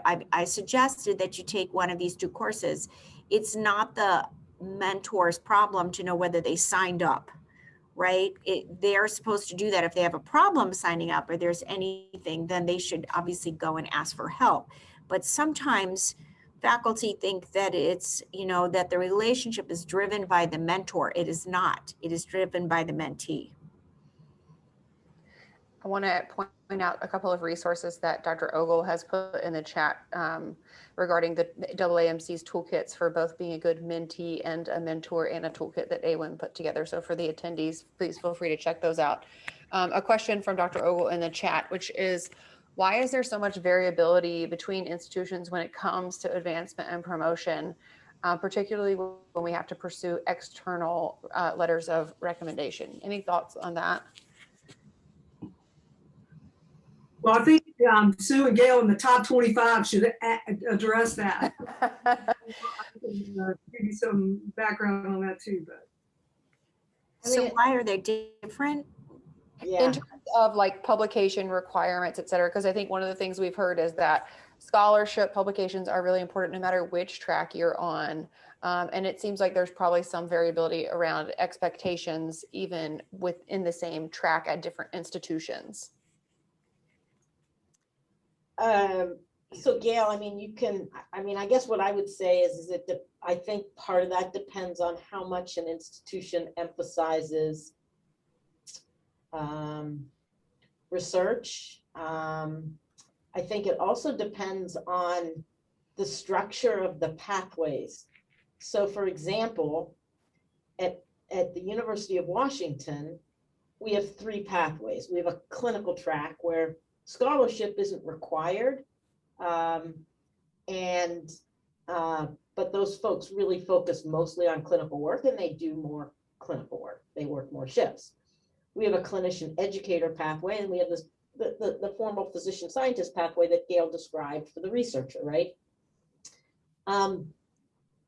At University of Washington, that clinician educator pathway, there's actually a clock, meaning you actually do have to get promoted from assistant to associate professor within a certain amount of time. And so if it's it's a relatively short period of time. So for example, if you compare the criteria for what it will take to get promoted at the University of Washington in that track, it may be a little less or different than a similar track at another institution where there is no clock, and you don't have to get promoted. So some of it is that. I don't know. Some of it is just probably history at the institution. I don't think there's a really good reason across the board. Gail, I don't know. I think they are just academic institutions. Those academic that are more robust academic institutions like Yale and Harvard are going to require a lot of work. And Harvard is even, I don't know if anybody's hearing that, like I write things for people that I can't believe I'm writing for them as assistant professor. They've been around for like 40 years. They only essentially have a tenure track, right? Yale has, our only tenured people are some PhDs. The physician scientist track that I'm in is a clinician scientist track, which is all funded and whatever. Clinical educator is still lots of publications, but doesn't have to have a lot of external funding, can have some, but they're not driven by external funding. And then we just last year built a clinician track. We never had one, so that they could keep some of the very high, people here that were surgeons, and they wouldn't go off somewhere else because they were never being promoted. So eventually that happened.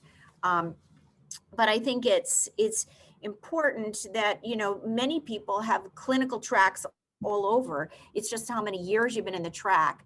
The more important thing to note is that who you ask for letters, because I will try to tell people, do not ask me for a letter, because the letter always says, would that person qualify from your institution? And you don't want to say no, right? So you want to ask similar institutions. I had a really hard time with this clinical track because I didn't know anybody, but AWAM really helped me out. They had a list of people, and I had some great people who helped me out, because I don't know anybody who has a clinical track that I personally know I could call and ask. I beg certain people to write things for me that are really important. My institution is pretty snobby. They want certain institutions to write, not any institution to write. They want comparable institutions to write. So anyway, it's you just have to know that when you go there, and you're sort of all relative as a group.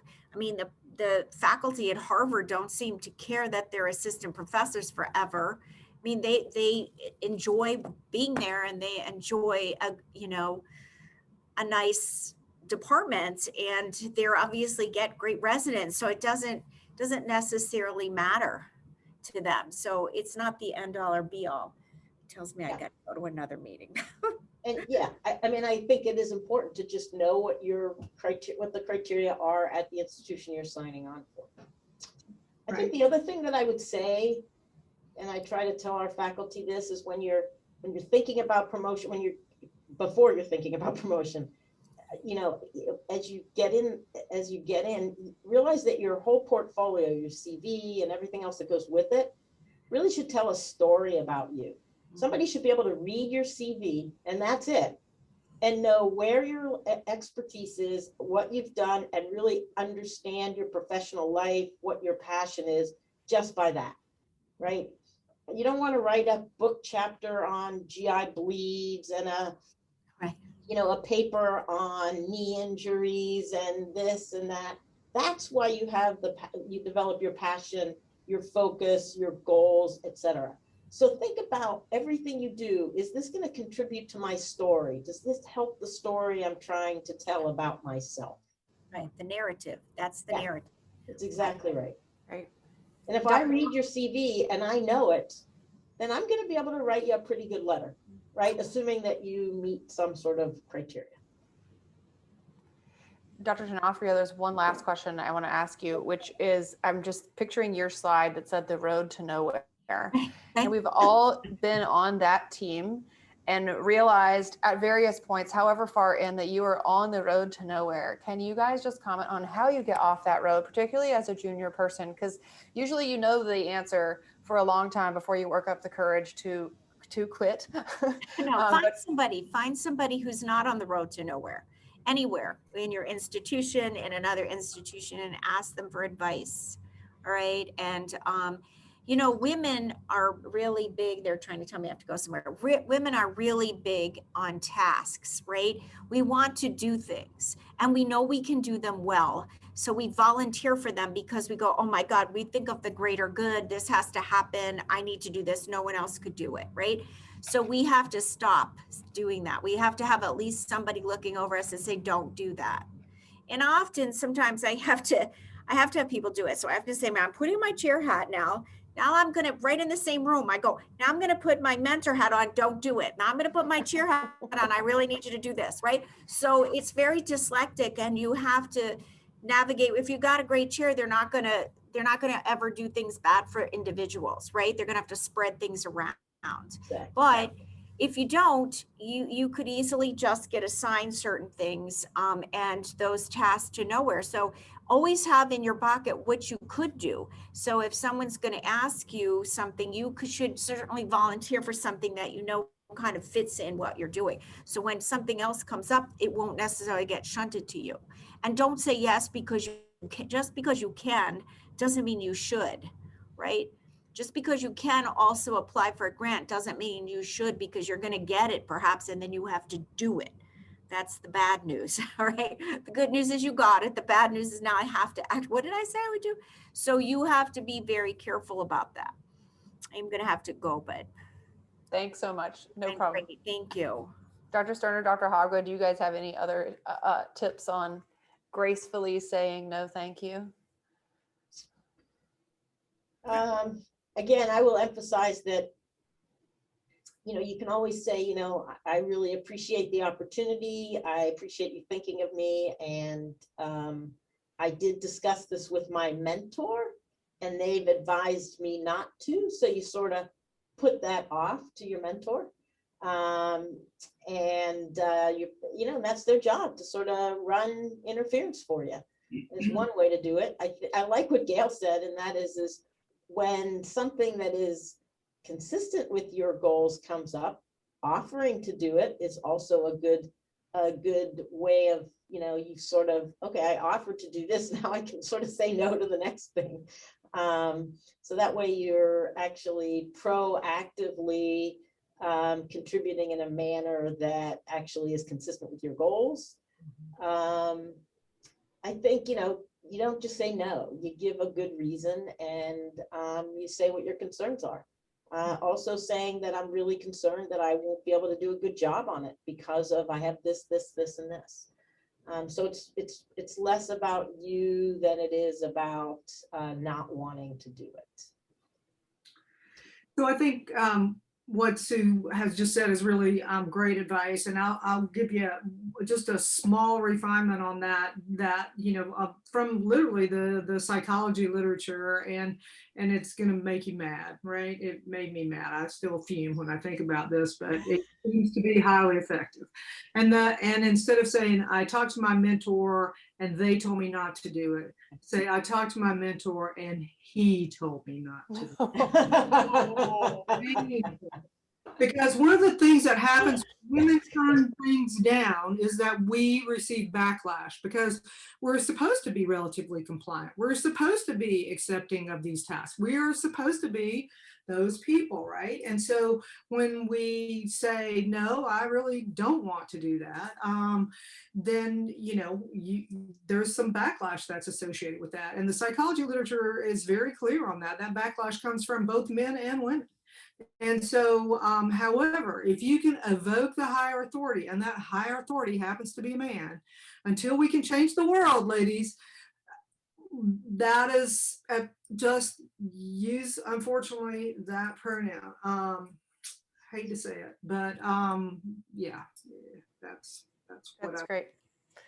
Okay, Sherry, I'm just going to have us go ahead and deliver the last 2 slides, and then we'll end on breakout groups if that's okay. Let's see here. So I apologize for changing things up, everybody, but it just felt like the right thing to do. Do you want it to deliver these, Dr. Hobgood? No, I mean, it's fine. I think they've heard these things, and they've heard from me. You speak. Okay. Well, these were kind of the ideas that we came up with beforehand, and now I want to go back through and re-listen and be sure that we've got all the pearls in here. But the idea is just not to say yes to everything, or at least say yes with some boundaries, as we've heard from everyone, carefully weighing each opportunity. And it's certainly okay to dabble as you're searching for that focus and that narrative, but just be careful with your time a little bit. I can't overemphasize the importance of a personal mission statement. I have a mentor who I'm in his building right now, very well-funded independent researcher for many, many years, runs an institute, has nothing to do with my content area, but he made me do this when he took me on as a mentee and said 2 paragraphs, that said, I need your story. And I can't tell you how many times I have referred to that when I'm presented with an opportunity. Does this opportunity fit with my mission statement for my career? And it's really kind of a guiding document. So this can really help you. You also want to consider, particularly when you're looking at jobs for the junior folks, how your personal values and your mission fits with that of your organization, because you're going to use that many times in negotiations. You're going to start out by, saying, well, this is how I can best meet the needs of the organization or do an excellent job. And then as I can't remember who said it earlier, the last part is what you can get for yourself. The first part is how can I meet the needs of the organization? Because that's what your chair wants to hear. Mentors, mentors, mentors. You've heard that from every single chair, as well as some tips for how to find those. Everybody's here, so you guys know about AWIM, you know about networking. Please feel free to use those resources to find folks and to find folks at other institutions. And as we heard as well, to use the formal avenues within your institution to seek out mentors.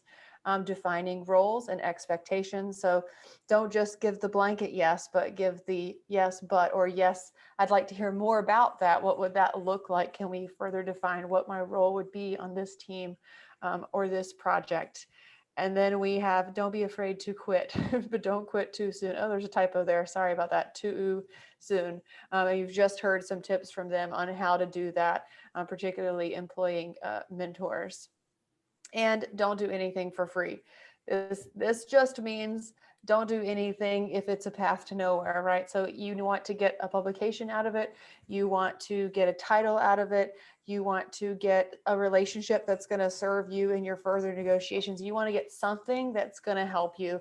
Remember that currency comes in many forms. It could be a staff support, resources for your office, et cetera. So not just time and money, but think outside of the box.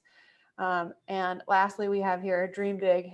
If you don't know where you're going, anything will do. So you want to go somewhere.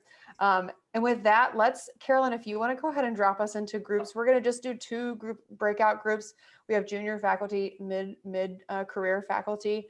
We'll split up Dr. Stern and Dr. Hobgood. The idea here, guys, is just to kind of workshop a dilemma. So we're hoping that you guys will have examples. Well, I was trying to decide between this opportunity and that opportunity, or this opportunity arose. How can I think about that and just practice this a little bit? And then when you're done, you're done. And thanks so much for coming. And we really appreciate your time. So Hugo put together the groups based on people's preferences. So, and he is I'm only the co-host, not the Got host. it. Sorry, Hugo. Yep. No, that's okay. So you can open up the rooms, Hugo. Yep, opening them up now. Awesome, thank you. And thank you for a wonderful day, ladies. Thank you. I have Mernouche, if I'm pronouncing you correctly. Yes, that's correct. Hi, I'm Mernouche. I am MD and PhD graduate from Tehran University of Medical Sciences, and I'm currently Sex and Gender Fellow at Brown, working with Dr. McGregor, and I plan to apply for emergency medicine residency. And then next I see Rupinder. Hi, I'm Rupinder, go by Rupi for short. I'm a third-year resident at Central Michigan University. I will be joining Beth Israel for our ultrasound fellowship this July. Congrats. Great. Thank you. Hugo, do you want to introduce yourself? Yeah, I'm Hugo. I'm the accountant for SAEM. I've been here for 5 years, and yeah, if you need anything, I'll be here for administrative support. Thank you. And then there's someone on the call that just says iPhone that has called in. If you I'm sorry, it keeps losing my name. I'm Stephanie Campbell. I did my MD at UCSF main campus and my MPH at Berkeley, and I'm now at UCSF Fresno. And sorry for the no video. I'm in transit, but happy to be here. Thanks for joining us. Well, as I said, the idea for this was for just essentially for us to kind of practice what we've talked about. So does anybody have an experience they'd like to share where they had, were presented with an opportunity or had to choose between opportunities and kind of had trouble deciding what was the right choice for them at that time? And anything we can help with, or, dilemmas to try to think about strategically? If nobody volunteers, I have some, but I want to give you guys the opportunity because I've talked too much today. I can start. So it's not something that it's something that I am dealing with right now. I think it seems like I have a lot of interest, and I am not sure if the right thing would be trying to have like all those interests coming together.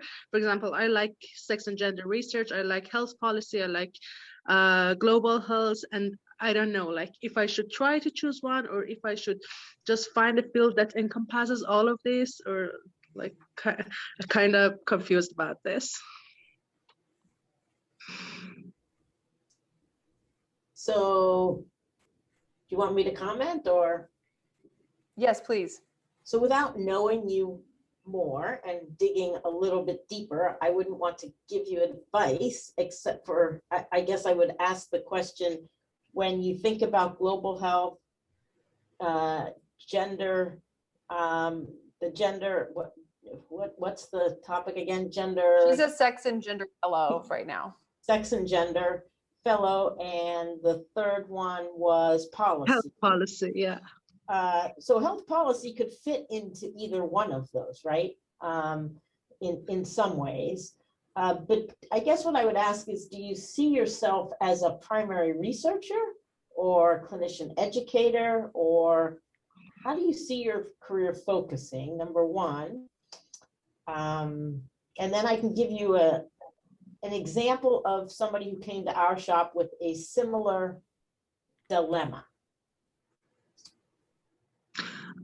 So I'm not sure. I mean, like I am currently doing a medical education project and I really love that. So it seems like I also see myself as someone who could be involved in international health and do field work like related to international health. And also, like, as I said, I like health services research, like operational and health services research. So that's kind of tough for me to choose. I mean, at first when I thought that, okay, I have chosen emergency medicine as residency, good, Like I have chosen what I like, and then I figure out there are many other things to choose. So I think it might, so a fellowship might be a good thing for you to do, but I'm gonna share an anecdote that's real. We had a research fellow join us, and he happened to join us because his partner, his wife, actually joined the University of Washington because she matched in a clinical fellowship. So he had to come from his residency to us. We were happy that he was coming. He was great. He knew he wanted to do research, but he didn't know why. He didn't know what. He had done some sepsis. He had heard that, gee, at the University of Washington at Seattle, they must do a lot of cardiac arrest. Maybe I should just do that because they're known for cardiac arrest. And he didn't really, but he didn't have a passion for any of those, at either of that. So we sat down and I said, well, actually, we do a lot more than cardiac arrest resuscitation research. We have a lab that's translational and does hemorrhagic shock and traumatic brain injury work. And of course, there's a lot of sepsis work going on in the institution, and there's clinical trauma work going on, and there is cardiac arrest resuscitation work. And basically what I did for the first 6 months to a year, I set up sort of mentorship panels for him in each one of those areas. And he would go to the lab meetings for each one of those areas, and he took on a couple projects. And by the end of, I thought maybe by 6 months, he'd make up his mind. Wasn't sure. By about just over a year over, he came to me and we were having our meeting. And I said, so, you're going to have to choose something here because you're going to have to focus, especially if you really want a research career. And he chose. And now he's been laser focused and he's successfully got a K award and another grant, et cetera. So my advice to him was do that self-exploration. Spend some time in each of those areas and figure out where your passion is. But you won't be able to do it all. There is overlap in policy with those other areas, those are sort of but you're going to need to become a subject matter expert, an SME sort of, in one of those areas. And whether you want to have some policy in there or not, possible. And medical education in there or not, that's possible. Even global health in any one of those areas is completely possible. That would be my advice. I don't know, Angela, whether you have any other advice. Thank you very I much. think that's great. The good thing is that you have time on your side, right? So when you're a resident, you can dabble in all of these things and you may find more focus there as well. Yeah. Right. Especially if you go to a 4-year program that allows that. Then you really have that time to do that. Do any of the other junior faculty or attendees have things they want to kind of talk about, dilemmas? I actually do. So now as a simulation fellow, I've been clinically working as a faculty. So I'm kind of half fellow, half junior faculty. So now I'm really transitioning to the full-time faculty July. I'm kind of thinking ahead for my short-term and long-term goals. I know Dr. Stern and other panelists talked about, really having clear goals will help you go basically advance my career in a more efficient way. But for now, I'm just a little bit, my dilemma is that I don't have a clear long-term goal. I have a lot of projects I want to do. My projects are simulation. I'm also doing master's in health professions education. So I have a lot of interest going on, but I don't know exactly if I'm thinking myself as a potentially simulation fellowship director or if I want to be a educational scientist. So that's a little bit dilemma for me. So will it be a problem if I'm kind of doing what I think is at least a focused area of doing simulation and education project, but is it considered not good to have a kind of long-term, what I want to be in 10 years or 15 years? I can give you my answer. Angela, do you want to? No, please. This is you. I'm an assistant professor, so this is all you. So I think the answer to your question is, we got up there and said, you've got to have a long-term goal, but it's really hard at that level to know, right? So just as residency and fellowship is an opportunity to do some self-exploration, even after you do a fellowship, you're not completely developed. You're going to continue to need mentors and to do some of that exploration, and really as a faculty member, continue to experiment a little bit. Where you should focus is say, my long-term goal is, it's going to be, at least my long-term, my scholarship goal I know is going to be in simulation, right? So you can put that on paper.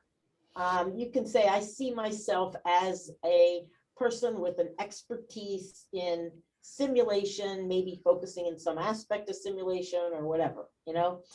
And then you can put some, like at the end, you know, I will consider this, this, this, or this.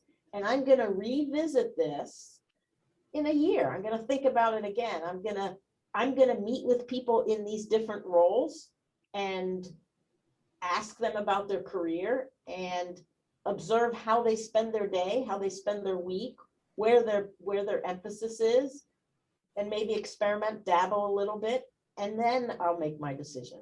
So no, I don't think it's too late at all. And many of our faculty that have since joined our department, you know, that's part of what we do for them, is help them do that exploration. Because and you know, back 12 years ago, not everybody was fellowship trained. Now, most of the faculty we hire are fellowship trained, or they've already had academic appointments somewhere else. But even the people coming out of fellowship are still, you know, sometimes just a little bit unsure of where they're going. So that's not a problem at all. I think the biggest thing is though, in order to prepare you for whatever that long-term goal is, you at least have a focus, a subject matter focus that you can begin to develop your career and will contribute to getting to that long-term goal. So I would set up your mentorship panel though, with people in those different areas and meet with them on a regular basis. Get involved in maybe a project in those areas and see what you like. Great, thank you. I think that makes perfect sense. And I think I'm only, you know, less than 5 years ahead of you, but it's really hard at that level to know what these jobs look like. I only now, and I still don't fully, but I only now sort of even understand what the chair job is, and that requires expertise in a lot of areas that we aren't trained in. And that, you know, the chair is our leader, but the chair is the member of a team at the level of the school, you know? And so I think it's totally reasonable to not know in concrete terms what that's going to look like, but I would say we should think in abstract terms too, because I know we've referred to this mission statement or narrative. So if I look at mine, it says, you know, I want to derive knowledge and disseminate knowledge and change the way that we care for women to eliminate health disparities, right? It doesn't say I want to be a chair or I want to lead X organization. You know, it's more sort of abstract of what I want to do. And I use that as a guiding light instead of saying I want X job title, because I don't know if I want to be a chair. As we've heard today, that's a big job. And it sometimes takes you away from your content that you are passionate about, which is what we're talking about. So, and most of the time it does take you away from that passion. I mean, Gail is a unique individual that has been able to continue to do research as intensely as she has in that position. So, and some of that depends on the resources you have around you and how far along you are and things like that. But I would say most people don't. I would say if you polled most chairs, this is a guess, I don't have data to support this, but Cherry would probably have data, would probably know. Most didn't have as their narrative that they knew they wanted to be a chair. In fact, I can tell you my story was not that at all. My story, I was very happy at the University of Michigan as the associate chair for education and with our lab. And I was sitting in my office one day, and my chair, who was a good mentor in general, a great guy, came into my office, having had a conversation with the University of Washington. They had reached out to him and said to him, you know, we're looking for somebody to lead the development of our division and a program and become an academic division and blah, blah, blah. And of course, he was not interested because he had just built the department at University of Michigan. And so they asked him if he knew of anyone interested. And he said, well, he thought of somebody that might be appropriate and would ask them and then get back to them, or, have that person get back to them. And he came into my office and told me this and just said he had this conversation and what did I think? And I said, oh, that's nice. And he said, well, I was thinking of you. My actually words to him were like, don't you like me? Because, University of Washington didn't have a very good history of emergency medicine. That's all in the past and was in the past at that point. But in any case, and I wasn't looking for a job. So, the many times opportunities come up, they're serendipitous, they're just unexpected. But that was never my narrative. I think I probably was having an itch to say what was next in my career, but it wasn't necessarily that. So I guess to your point, it's not unusual, even that far into your career, that you're not sure sometimes. But I had a focus and I had a narrative about my research and education and the other things I were doing. And those things prepared me for that opportunity. So by developing your narrative, even if you don't know what that end goal is or that you want a leadership position, it's those things are preparing you for opportunities that come up that you will then be able to take advantage of. I'll just echo, in Dr. D'Onofrio's talk, she also, emphasized the point that the goal is not that you become a chair. We chose chairs for this session today because we know that these are really facile, smart women that have been able to accomplish a lot of things, and we know that they have a lot of transferable skills. But that is not to say that being a chair is everyone's goal. We do want people to be leaders because we think that having women in leadership is helpful to change the face of emergency medicine, but that can look many, many different ways. And I will tell you, even in the chair development program that, Brian and I help Brian lead really, many of the people in there are new chairs, but there are some who are, promising chairs or in vice chair roles or whatever. And a few of them come away saying, I really learned a lot from this and leadership, but they decide they don't want to be a chair, right? And that's okay. These skills are the skills the skills are transferable to a number of many positions, and the skills you're learning now are applicable to any number of positions, whether they're leadership positions or leading a research team, whatever it is, education team, whatever. I have one more question. I know you're short on time. So I will be having my official meeting with my chair soon as my job starts. Any advice for me to prepare? I'm thinking of preparing, like you mentioned, a little bit agenda, what I think I could contribute, and kind of keeping open to the floor. What is it? What are those things that you want me to do? But is there anything else that I should prepare for, or any advice you could have for me? Sure, Angela, you can speak to this as well, but have you already signed an offer letter? Oh, yes. I'm starting as of July 1st. Okay, so that offer letter is signed. So I would make sure that you're clear on, what expectations are of you, what the criteria are for promotion, advancement within the department.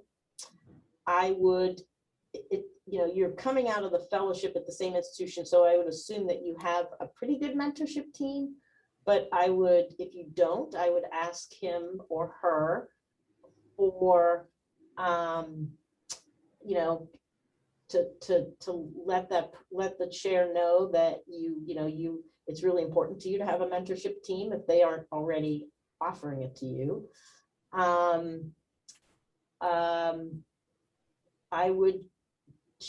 think it's very reasonable to share your narrative if you have it already. You may not, and that's okay, but what your hopes and dreams are, what your goals are, and if you're concerned about any resources you may need, as far as, you've already negotiated the position, but any of those other resources, whether it's you don't feel like you're plugged into mentorship, whether it's I would like to have, you know, as I get into this position, could you or someone else identify opportunities for me to participate in, you know, certain types of committees or things like that. Again, you don't want to get overloaded. You make that decision after you talk to your mentor. You don't have to do that at the first meeting.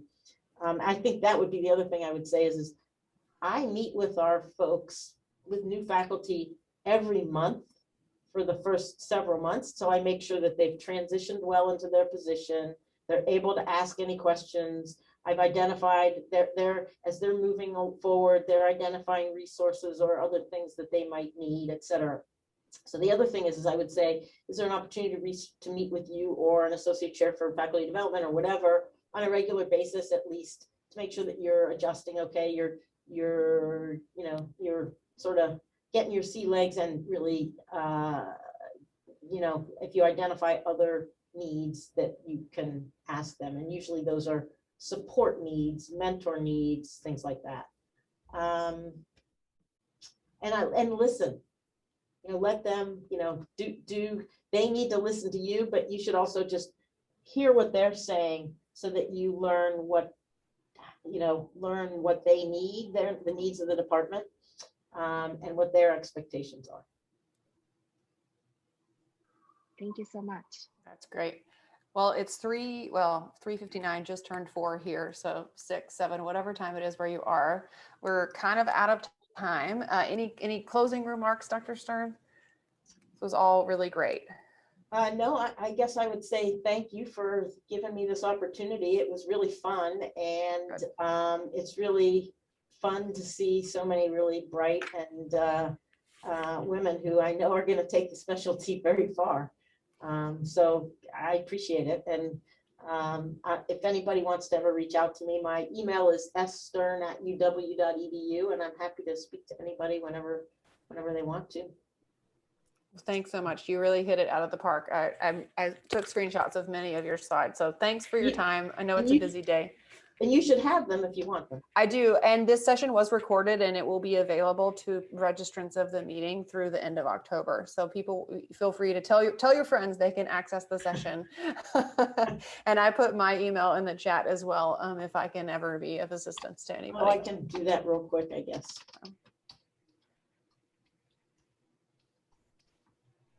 All right. Well, you guys be well. Thanks. Thanks so much. Have a great SAM week. Yes, everybody. Bye. Thank you. Bye. Thanks. Bye.